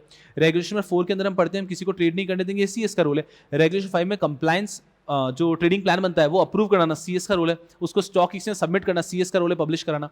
उसके बाद में जिस व्यक्ति का भी डेजिग्नेटेड पर्सन है उससे हर बात का प्री क्लियरेंस लेना। ट्रेडिंग प्लान बनाए तो प्री क्लियरेंस नहीं लगता है, लेकिन अगर ट्रेडिंग प्लान नहीं दिया तो प्री क्लियरेंस लगता है, ये भी सीएस का काम है। फिर रेगुलेशन 5 के बाद हम जाते हैं 6 काम करनी है 7 में, इनिशियल डिस्क्लोजर। तो जो भी व्यक्ति इनिशियल डिस्क्लोजर लिख रहा है डायरेक्टर की एमपी वगैरह, वो स्टॉक एक्सचेंज को सीएस का काम है। फिर हमने 7(2) में पढ़ा कंटिन्यूअल डिस्क्लोजर, वो सीएस का काम है। 8 में पढ़ा हमने code of fair disclosure with respect to UPSI, schedule A के हिसाब से बनना है, ये सीएस का काम है। 9(1) बनना है बी और सी, ये सीएस का काम है। 9(2) भी सीएस का ही काम है। ये जो हम इंस्टीट्यूशनल मैकेनिज्म में इंटरनल कंट्रोल चाहिए, सीएस का काम है। तो हमने इतना सारा जो पढ़ा है सीएस का रोल ही तो है। ईमानदारी से चैप्टर पढ़ेंगे तो रूल ऑफ सीएस पढ़ना ही नहीं पड़ता है। एक चीज जो मैंने अलग से हाईलाइट कराई थी, ट्रेडिंग विंडो क्लोजर का एक कंसेप्ट होता है कि साल भर में कुछ टेन्योर के लिए आपका ट्रेडिंग विंडो क्लोज हो जाता है, जिसके तहत आपके डेजिग्नेटेड पर्सन ट्रेड नहीं कर सकते। पब्लिक ट्रेड कर सकता है, डेजिग्नेटेड पर्सन ट्रेड नहीं कर सकते, ट्रेडिंग विंडो क्लोज हो जाता है। मैंने ये भी बताया था आपको एक केस स्टडी के अंदर कि डी मार्ट के सीएस को के ऊपर पेनल्टी लगी गई थी बिकॉज डी मार्ट के सीएस ने ट्रेडिंग विंडो को टाइम पे क्लोज नहीं किया था। तो ट्रेडिंग विंडो क्लोजर को लेकर छोटे मोटे पॉइंट है। कब कब ट्रेडिंग विंडो क्लोज होता है? Ensure the trading window is close at the time of declaration of financial result, जबकि आपके financial result her quarter and में डिस्क्लोज होते हैं, तब आपको ट्रेडिंग विंडो क्लोज कर देना है। जब भी आप डिविडेंड डिक्लेयर कर रहे हो तब थोड़े दिन के लिए ट्रेडिंग विंडो क्लोज हो जाना चाहिए। जब भी सिक्योरिटी इशू हो रही है, public issue, identity issue, bonus issue, तब ट्रेडिंग विंडो क्लोज हो जाना चाहिए। कोई मेजर एक्सपांशन या नया प्रोजेक्ट आ रहा है तब भी ट्रेडिंग विंडो क्लोज हो जाना चाहिए। अमालगमेशन, मर्जर, टेकओवर, बायबैक कुछ भी हो रहा है, ट्रेडिंग विंडो क्लोज हो जाना चाहिए। आप कोई भी सब्सटैंशियल अंडरटेकिंग को बेच रहे हैं, ट्रेडिंग विंडो क्लोज होना चाहिए। कोई बड़ा पॉलिसी प्लान चेंज करो तभी ट्रेडिंग विंडो क्लोज हो जाना चाहिए। मतलब इस टाइम पे यूपीएस है बहुत ज्यादा रहता है, हॉट रहता है एकदम, बिकॉज कोई भी आप मर्जर, अमालगमेशन, ट्रेडिंग प्लान, आपका एक्विजिशन, आप कोई भी एक्सपांशन का प्लान कर रहे हो, आपके क्वार्टरली रिजल्ट्स आ रहे हैं, आपका डिविडेंड आ रहा है, तो तब यूपीएस है अंदर बहुत ज्यादा होता है। तो designated person during this time can not trade, तो इनके लिए हम क्लोज कर देते हैं ट्रेडिंग विंडो। पब्लिक कर सकता है ट्रेड, तो ट्रेडिंग विंडो क्लोज करना भी सीएस का ही रोल है। एंड टिंग टिंग टिंग, और यहां पे चैप्टर हो जाता है खत्म। एक बार आते हैं हम लोग, क्या हमने I think 1 our and few minutes लिए, अभी सवा घंटे के आसपास हम लोग पूरा आराम से चैप्टर को रिवाइज कर पाए हैं। अच्छे से ध्यान दो, कंसेप्चुअली चैप्टर कंप्लीट हो जाता है यहां पर एक बार इसको देखो, यहीं से हमें बोलते जमता है क्या। Chapter number 13, SEBI Prohibition of Insider Trading Regulation 2015, SEBI Prohibition of Insider Trading Regulation 2015, SEBI Prohibition of Insider Trading Regulation 2015।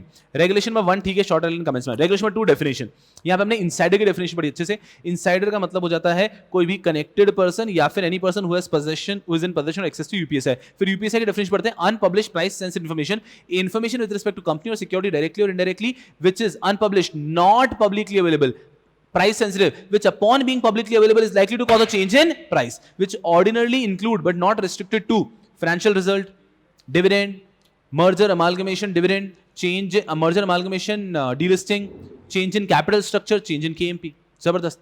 फिर हम लोग पढ़ देते हैं कनेक्टेड पर्सन का मतलब कोई भी व्यक्ति जो आपकी कंपनी से एसोसिएटेड है पिछले 6 महीने के अंदर in any capacity, contractual capacity, fiduciary capacity, employment relation, second, और या फिर आपकी कंपनी के एम्प्लॉय, डायरेक्टर, ऑफिसर्स, ये लोग भी आ जाते हैं, इनसे बिजनेस रिलेशनशिप भी आ जाते हैं, और किसी व्यक्ति इसका यूपीएसआई है।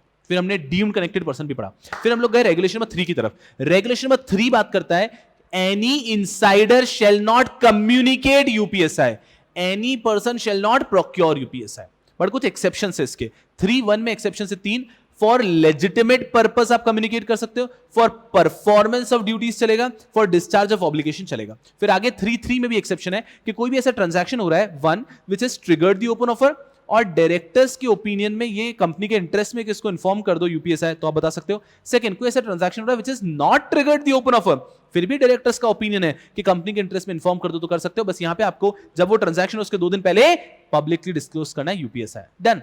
फिर हमने पढ़ा कि किसी भी व्यक्ति को अगर हम यूपीएसआई दे रहे हैं तो उसके साथ कॉन्फिडेंशियलिटी अग्रीमेंट कर लेना है कि आप किसी को इन्फॉर्म नहीं करोगे, खुद के फायदे के लिए यूज नहीं करोगे, और साथ में जिस भी व्यक्ति को यूपीएसआई देते हो बन जाता है इनसाइडर। और यहीं पे हम पढ़ते हैं कि हमें बनाना है एक स्ट्रक्चर्ड डिजिटल डेटाबेस जिसको मेंटेन करना है कम से कम 8 सालों तक। इसको आप आउटसोर्स नहीं कर सकते। किसी भी व्यक्ति को अगर यूपीएसआई दिया जा रहा है तो कौन शेयर कर रहा है उसका नाम, किसको शेयर कर रहा है उसका नाम और पैन और नेचर ऑफ यूपीएसआई, सब रिकॉर्ड करके रखना है। जबरदस्त। Regulation number 3। Regulation number 4, trading when in position of UPSI.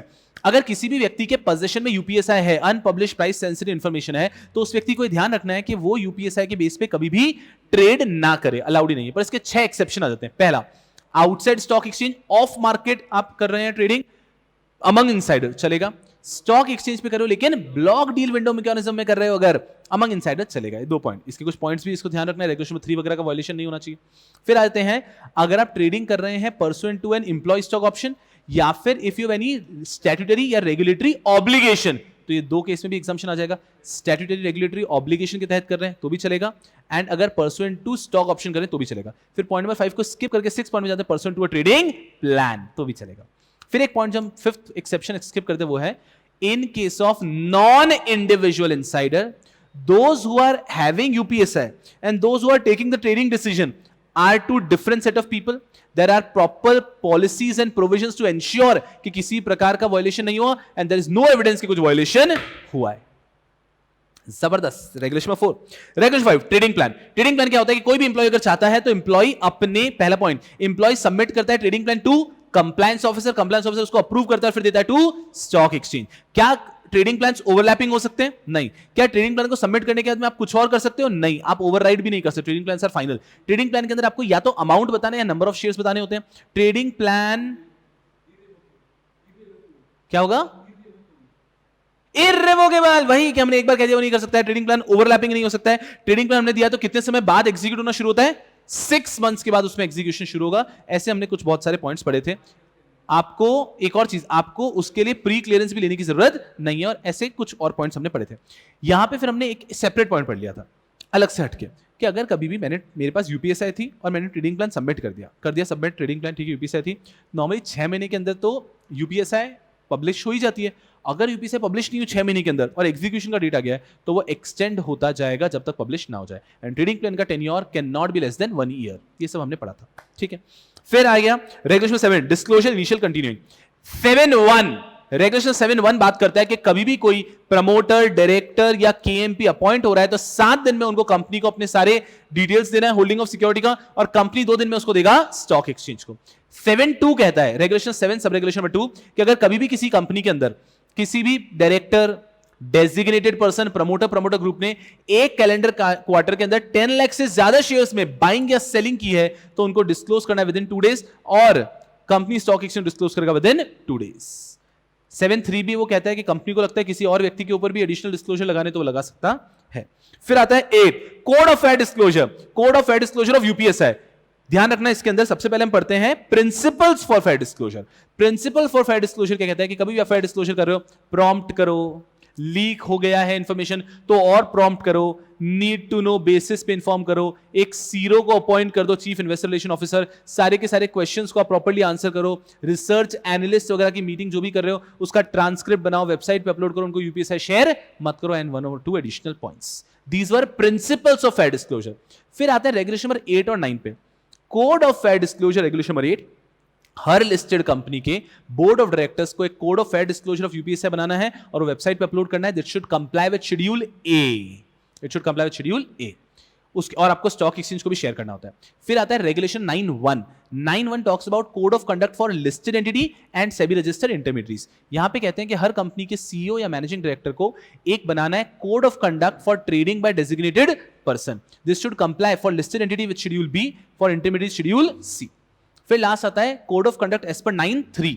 9.2 ये है code of conduct for those entity which are not listed entities, which are not SEBI registered intermediaries but they handle UPSI. तो इनके जो भी बीओडी या head of organisation है उनको एक code of conduct for trading by designated person बनाना होता है, which should comply with schedule C. इन सबको 9.1 या 9.2 में कहीं भी कोड ऑफ कंडक्ट बन रहा है, यहां पे you have to appoint a compliance officer compulsorily, then you have to specify designated person. फिर ये कहते हैं डेजिग्नेटेड पर्सन कैसे स्पेसिफाई करेंगे? You should specify designated person based on their seniority and professional designation, but you should include these 5 people. पहला, employees of listed entity, fiduciary or intermediary which in their functional role have access to UPSI.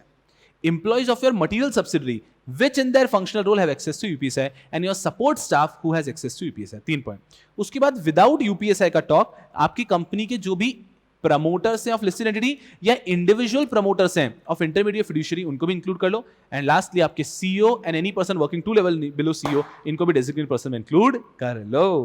This is regulation number 8 and 9। फिर आता है institutional mechanism for prevention of insider trading. एक institution क्या क्या कर सकता है? 2 चीजें इंटरनली कर सकता है। एमडी और सीए को बोलो कि आप कंप्लायंस देखो, इंटरनल कंट्रोल्स इतने अच्छे बनाए कि आपके यहां पे कंप्लायंस होना ही चाहिए। उसके बाद में आपको पॉलिसी बनानी है फॉर ये अपना विसल ब्लोअर्स। आपको इंश्योर करना है कि पॉलिसी बनानी है फॉर विसल ब्लोअर, ताकि कोई भी व्यक्ति आके बता पाए। फिर आपके पास पॉलिसी होना चाहिए, कभी भी यूपीएसआई अगर लीक हो जाता है तो उस पर इंक्वायरी होगी और सारे फिड्यूशरी इंटरमीडिएट्स के एम्प्लॉइज आपके साथ कोऑपरेट करेंगे। ये सब बेसिक चीजें। और आपकी ऑडिट कमेटी को साल में एक बार रिव्यू करना है कि ये जो कंप्लायंसेस है प्रॉपर्ली कंप्लाई हो रहे हैं या नहीं। दिमाग में पूरा चार्ट आ जाना चाहिए। उसके बाद में आ जाते हैं हम लोग 15G and 24 of SEBI act penalty के अंदर पढ़ते हैं हम लोगों ने यहां पे पढ़ा कि कभी भी अगर कोई भी एंटिटी अगर इनसाइडर ट्रेडिंग करता है, कोई भी व्यक्ति इनसाइडर ट्रेडिंग करता है तो उस पर पेनल्टी लग सकती है minimum 10 lakh rupees and maximum 25 CR और 3 times of profit made whichever is higher. फिर सेक्शन नंबर 24 कहता है कि किसी ने सेबी का कोई भी एक्ट, रूल, रेगुलेशन वायलेट किया है तो उसके ऊपर अप टू 10 years का imprisonment and up to 25 crore का फाइन और बोथ लग सकता है। किसी व्यक्ति ने अगर फाइन पे नहीं किया है तो उसमें मिनिमम 1 मंथ का इंप्रिजनमेंट, अप टू 10 ईयर्स का इंप्रिजनमेंट एंड 25 करोड़ का फाइन और बोथ लग सकता है। खत्म हो जाती बात। फिर आता है रोल ऑफ सीएस, और रोल ऑफ सीएस ऑलरेडी पढ़ लिया, हमें यही सारे रेगुलेशंस को कंप्लाई करना है, and this is role of CS and this is the chapter of insider trading for you. आशा करता हूं कि पूरा का पूरा चैप्टर आपको अच्छे से याद हो चुका है इसके साथ में। एंड एज आई सजेस्ट कि टीचर का एक रोल है ऑब्वियसली, एंड वो रोल जहां तक मतलब आज समझो कि मैं नदी के इस पार हूं, आपको नदी के उस पार जाना है, मैं नदी के पार जहां तक जमीन है वहां तक ऐसे हाथ पकड़ के भी आपको धक्का दे दूंगा, लेकिन at the end of the day मैं नदी में नहीं आ सकता हूं। तो इसके बाद एक बार जो आपको करना होगा, घर पे अच्छे से इस चैप्टर का पूरा वर्ड बाय वर्ड पढ़ के रिवाइज कर देना है, फिर इस रिवीजन को एक और बार देख लेना है, आप वहां पहुंच जाओगे। मतलब ऑलमोस्ट आप समझो कि मैं ऐसे बहुत तेज धक्का दे रहा हूं, आप उस पार पहुंच ही जाओगे, बस थोड़ा तो आपको बीच में एफर्ट मारना ही पड़ेगा। तो एंश्योर कि इसको बहुत अच्छे से आप एक बार घर पे रिवाइज कर लो, उसके बाद में वापस इस रिवीजन को देखो। आई थिंक आपको सब कुछ याद ही हो जाएगा, and you will be super duper set, and that will be all for this particular revision. Thank you so much for your nice patience. I am gonna see you guys for another revision very very very soon. Bye bye.